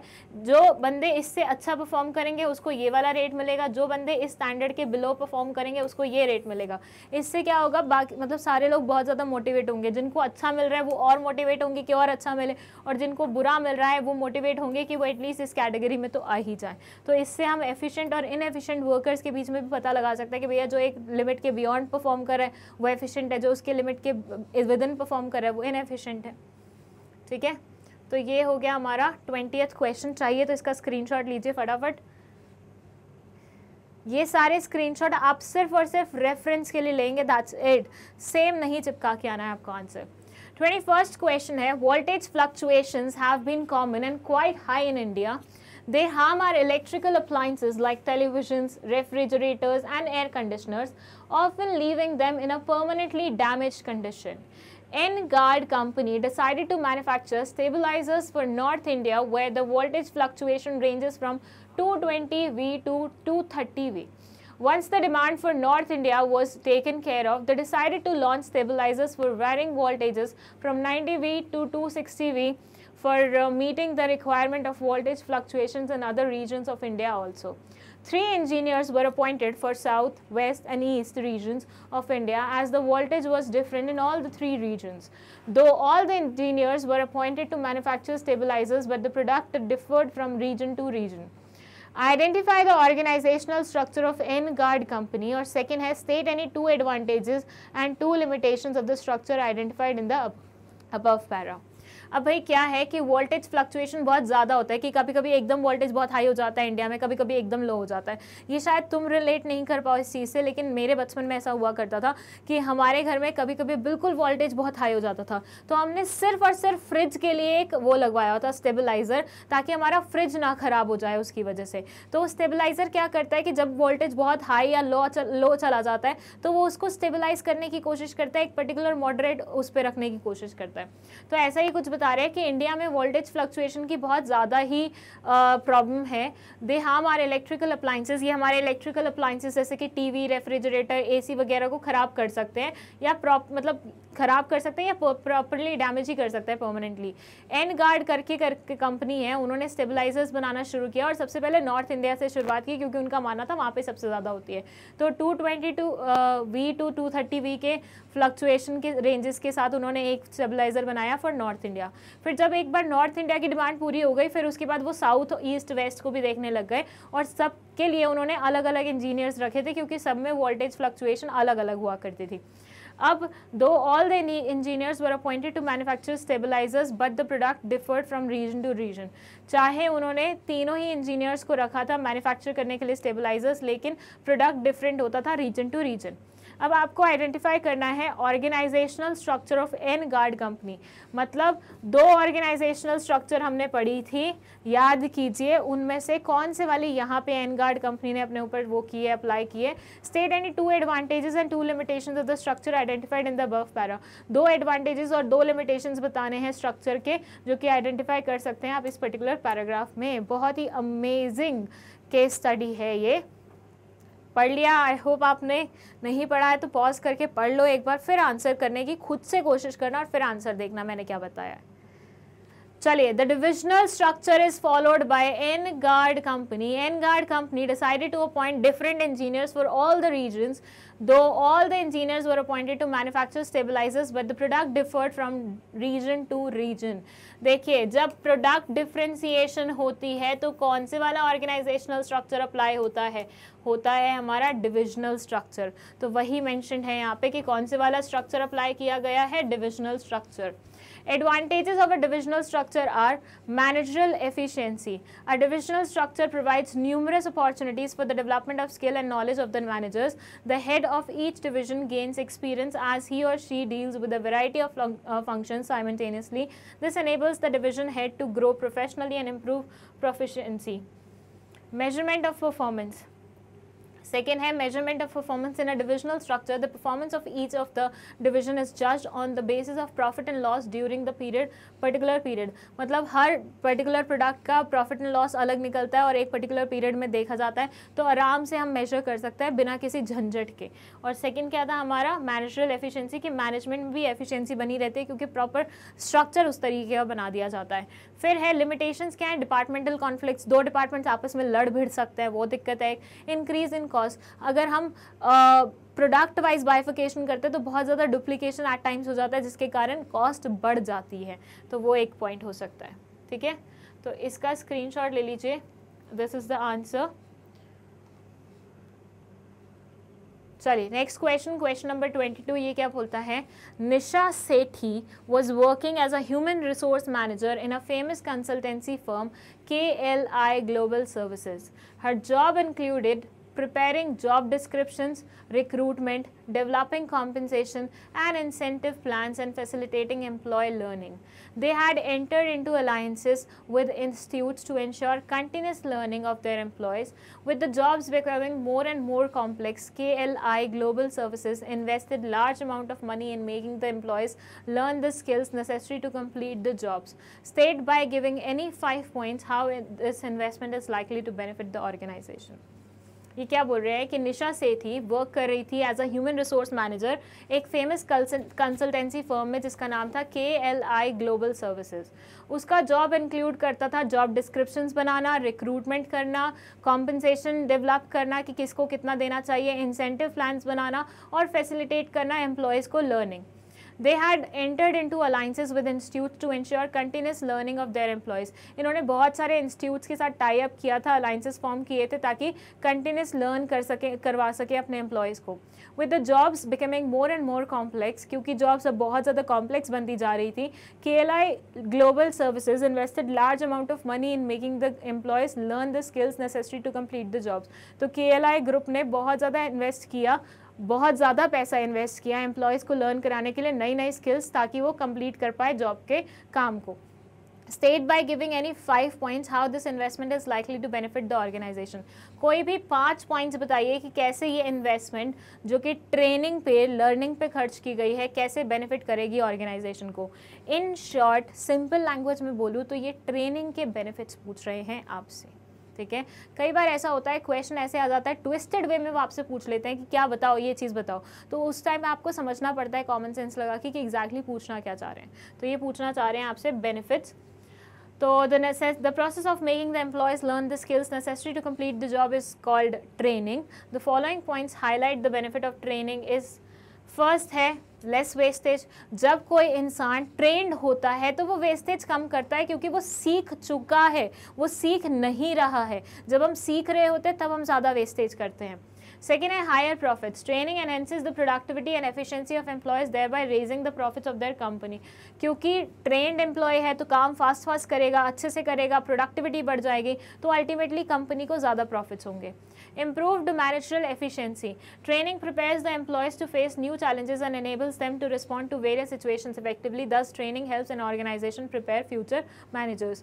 भाई ट्रेनिंग से क्या होगा, एक बंदा ट्रेन हो जाएगा वो काम करने में, फिर उसको उस चीज़ से रिलेटेड सारे काम आने लग जाएंगे, तो अल्टीमेटली उसके अंदर डिसीजन मेकिंग पावर भी आ जाएगी जो कि उसे कल फ़ायदा पहुँचाएगी।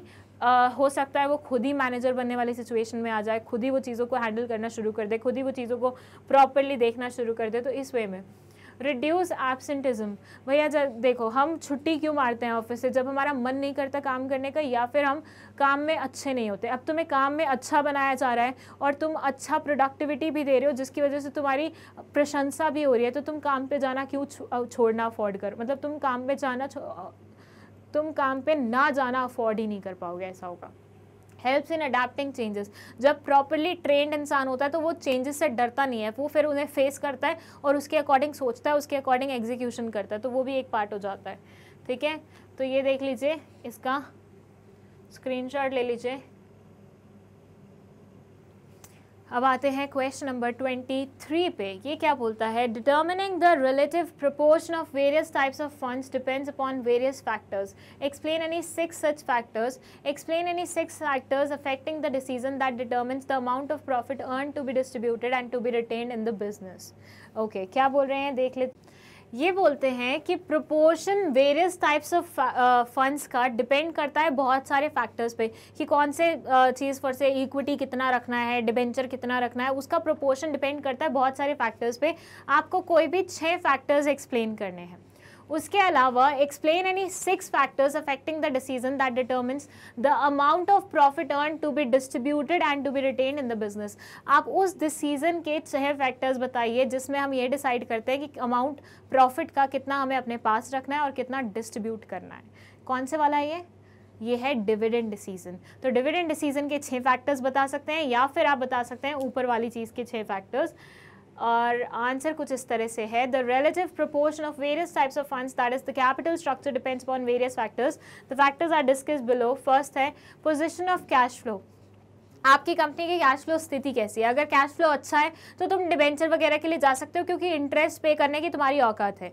अगर तुम्हारा कैश फ्लो अच्छा है तो तुम लोन ले सकते हो बैंक से क्योंकि तुम इंटरेस्ट पे करने के लिए तैयार हो उनको। लेकिन अगर तुम्हारा कैश फ्लो बहुत ही रिस्ट्रिक्ट है, बहुत कॉन्स्ट्रेंट है, तो उस सिनेरियो में तुम ये चीज़ें अफोर्ड नहीं कर सकते क्योंकि तुम्हारे पास कैश ही नहीं होगा किसी को पे करने के लिए। फिर है हमारा सेकेंड इक्विटी कॉस्ट। भाई जब हम इक्विटी इशू करते हैं तो उसकी फ्लोटेशन कॉस्ट रहती है, तो वो इशू करने में कितनी फ्लोटेशन कॉस्ट आ रही है, क्या तुम उस फ्लोटेशन कॉस्ट के लिए तैयार हो? क्योंकि ऐसे समझो एक सोर्स से पैसा रेज करने के लिए तुम्हें पैसा खर्च करना पड़ रहा है, तो पैसा लाने के लिए पैसा खर्च करना मतलब ये तो, और कितना खर्च करने के लिए तुम तैयार हो वो भी देखना पड़ता है। तो यस, इक्विटी कॉस्ट भी बहुत एक बड़ी बात है। देन है कंडीशन ऑफ स्टॉक मार्केट। इस टाइम पे स्टॉक मार्केट किस कंडीशन में है? फर्स्ट से वो बेरिश ट्रेंड पे है, तो उस टाइम पे आपके शेयर्स बिकना मुश्किल है। अगर वो बुलिश ट्रेंड पे है तो आपके शेयर्स बिकना इजी है, तो उस टाइम उसके अकॉर्डिंग भी आप इक्विटी के लिए प्लान कर सकते हो।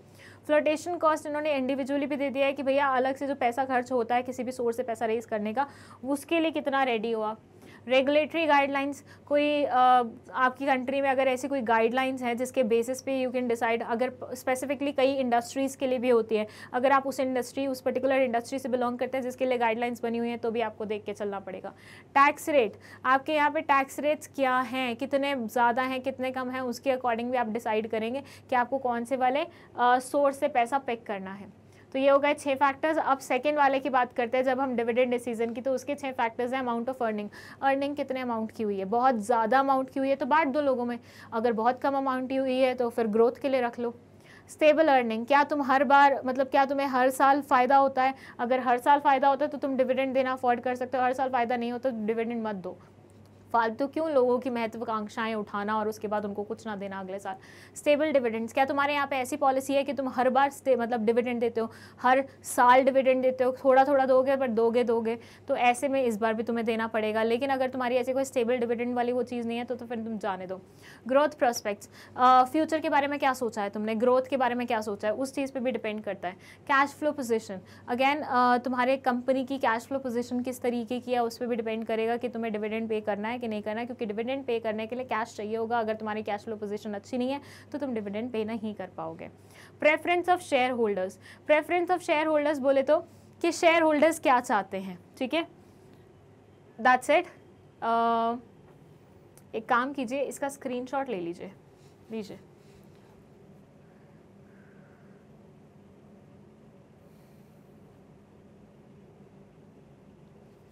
ओके, क्वेश्चन नंबर 24, ये क्या बोलता है?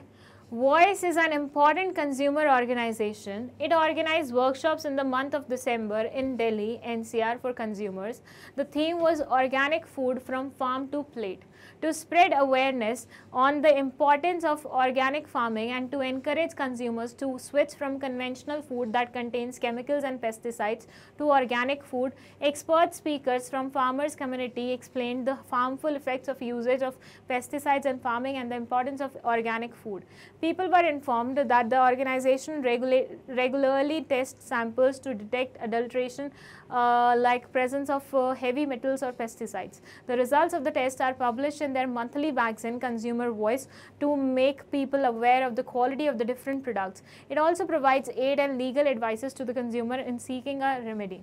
State the functions performed by the Consumer Voice for the protection and promotion of consumer interest by quoting lines from the above para. Okay, ये क्या बोल रहे हैं? ये बोल रहे हैं वॉइस एक इम्पॉर्टेंट कंज्यूमर ऑर्गेनाइजेशन है। It organize workshops in the months of December in Delhi NCR for consumers. इसने वर्कशॉप्स सेट करी थी दिल्ली एनसीआर में कंज्यूमर्स के लिए दिसंबर महीने में।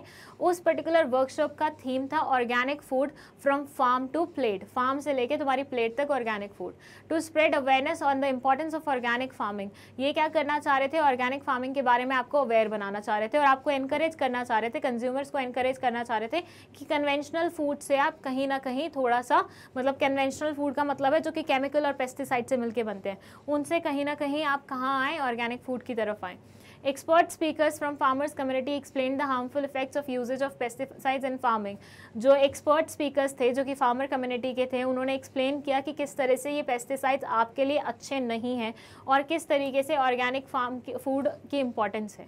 People were inform that the organization regularly test samples to detect इन्होंने बताया, लोगों को बताया गया कि ऑर्गेनाइजेशन रेगुलरली क्या करता रहता है, कुछ कुछ टेस्ट करता रहता है सैम्पल्स को, जिनमें उन्हें अक्सर पेस्टिसाइड्स और हेवी मेटल्स पाए दिखाई देते हैं जो कि किसी भी इंसान के लिए बहुत ज़्यादा हानिकारक हो सकते हैं, और वो रिजल्ट्स पब्लिश करते हैं मंथली मैगजीन में जिसका नाम है consumer voice, to make people aware कि क्वालिटी किस तरीके की है अलग अलग प्रोडक्ट्स की। It also provides aids and legal advice to the consumer. ये और एक और एडिशनल बेनिफिट प्रोवाइड करते हैं कंज्यूमर्स को कि वो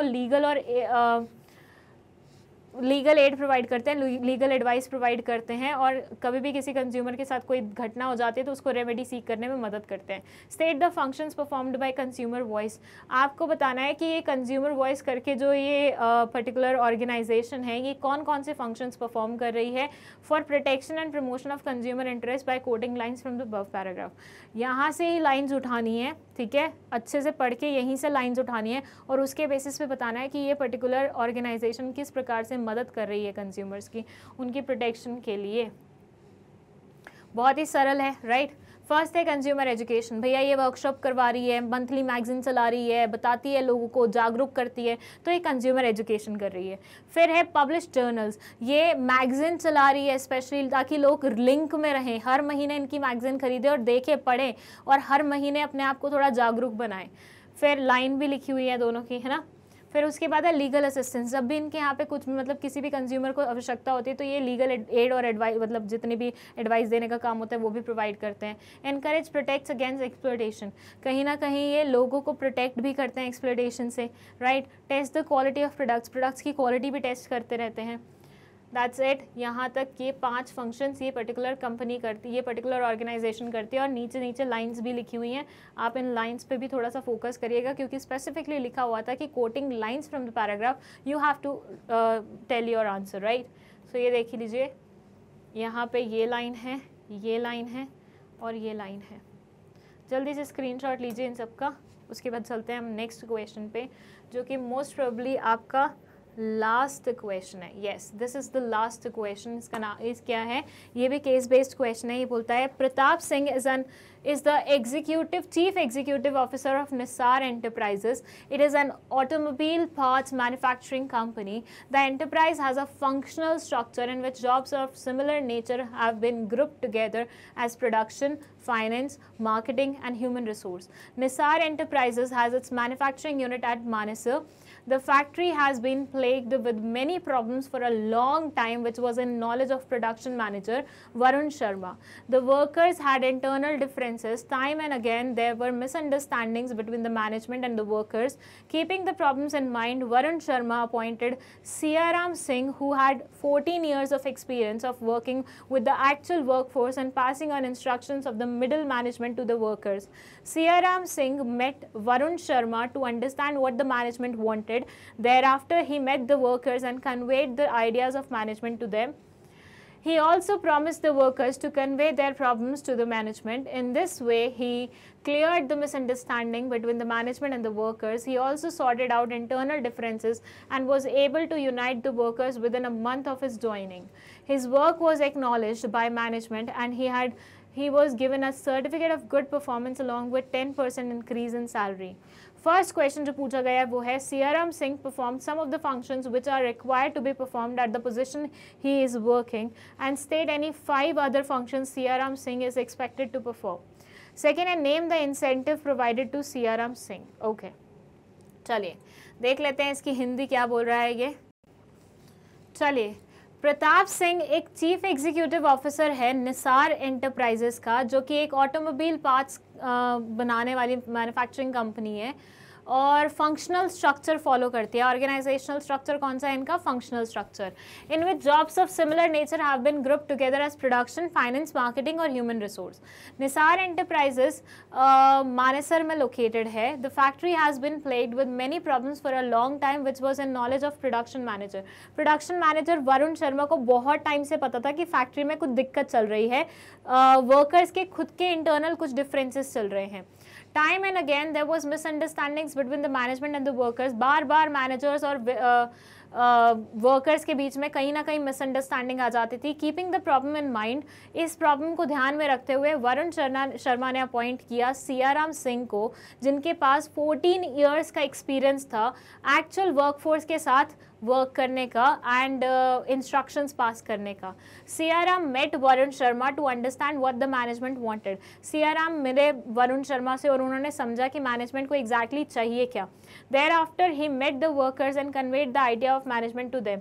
और उसके बाद ये मिले वर्कर से और उनको मैनेजमेंट का आइडिया बताया। He also promise the workers to convey their problems to the management. उन्होंने वर्कर्स से ये भी प्रॉमिस किया कि वो वर्कर्स की प्रॉब्लम मैनेजमेंट के सामने रखेंगे। In this way he clear the misunderstanding. इस तरीके से उन्होंने मिसअंडरस्टैंडिंग क्लियर करी मैनेजमेंट और वर्कर्स के बीच में। He also sorted out internal differences. उन्होंने इंटरनल डिफरेंसेस को भी सॉर्ट किया और was able to unite the workers within a month of his joining. और 1 महीने के अंदर अंदर वर्कर्स को उन्होंने कहीं ना कहीं यूनाइट कर दिया मैनेजमेंट से। His work was acknowledged. Management ने इनके वर्क को एक्नॉलेज किया, उनको एक सर्टिफिकेट दिया गुड परफॉर्मेंस को और 10% इंक्रीज भी दिया, हाइक दिया सैलरी में। अब आपको बताना है कि Siyaram performed some of the functions which are required to be performed at the position he is working at. Siyaram को कुछ फंक्शंस जो उसने किए हैं, रिक्वायर्ड थे कुछ फंक्शंस करना जिस लेवल पे वो काम कर रहा था, उनमें से कोई भी 5 फंक्शंस बताओ कि क्या क्या एक्सपेक्टेड थे जिस पोजीशन पे इसको रखा गया था उसमें। Name the incentive provided to Siyaram Singh. Siyaram Singh को किस तरह का इंसेंटिव प्रोवाइड किया है वो भी बताना है आपको, ठीक है। चलिए आंसर देख लेते हैं। It says Siyaram Singh performed at the operational level. Siyaram Singh किस लेवल पे परफॉर्म कर रहे हैं? ऑपरेशनल लेवल पे। अगर आपको याद हो मैनेजमेंट की वो पढ़ी थी हमने, हायरार्की पढ़ी थी, टॉप लेवल, मिडिल लेवल, फिर आते हैं ऑपरेशनल लेवल जो कि वर्कफोर्स से डायरेक्टली कनेक्टेड होते हैं।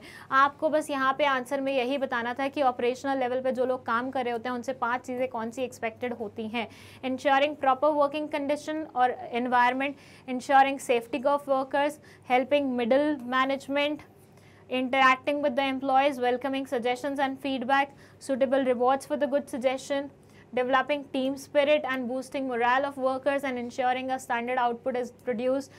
The incentive that is given to Siyaram are, जो उनको इंसेंटिव मिले हैं, एक तो नॉन फाइनेंशियल मिला है कि उनको एक सर्टिफिकेट मिल गया, एक फाइनेंशियल मिल गया जिसमें उनको 10% सैलरी हाइक मिल गई, ठीक है। तो एक तो हो गया क्या, नॉन फाइनेंशियल सर्टिफिकेट, और दूसरा क्या हो गया, सैलरी हाइक मिल गई, ठीक है। तो दिस इज द आंसर। आप जल्दी से इसका स्क्रीनशॉट ले लीजिए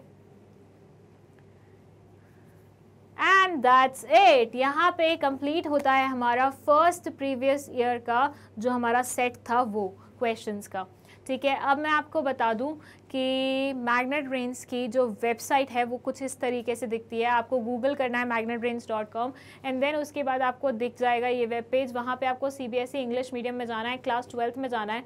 you have to search for my subject if you want to see my subjects videos, और आपको वीडियोज़ दिख जाएंगी। You have to just click, और क्लिक करते ही आपको सारे चैप्टर्स दिख जाएंगे, हर चैप्टर में कितनी वीडियोज़ बनी हुई हैं वो दिख जाएंगी, और कोई भी वीडियो जिस भी टॉपिक में आपको प्रॉब्लम हो वो आप खोल के देख सकते हैं और अपना डाउट क्लियर कर सकते हैं। और इस प्रीवियस ईयर क्वेश्चन पेपर के सॉल्यूशन में अगर आपको कोई भी डाउट है तो वो आप कमेंट सेक्शन में पूछ सकते हैं। इसके अलावा आपको कंटिन्यूसली बैक टू बैक सारे प्रीवियस ईयर के क्वेश्चन पेपर्स देखने हैं जो मैं आपके लिए ला रही हूँ। ये देखने बहुत ज़्यादा ज़रूरी है क्योंकि कई बार क्वेश्चन रिपीट हो जाते हैं, अदरवाइज पैटर्न तो सेम ही रहता है। तो पैटर्न तो एकदम तुम्हें क्लियर हो जाएगा कि CBSE इस तरीके से पूछता है, तो you will be well prepared for it, और तुम अपनी लास्ट मिनट की प्रिपरेशन भी वैसे ही करोगे। और सरप्राइज मत भूलना, मैं आप लोगों के लिए लाने वाली हूँ 17 मई से पहले 3-4 कुछ ऐसी वीडियोस जो कि आपकी बहुत काम आने वाली हैं। So wait for that and that's it. Thank you so much for watching this video.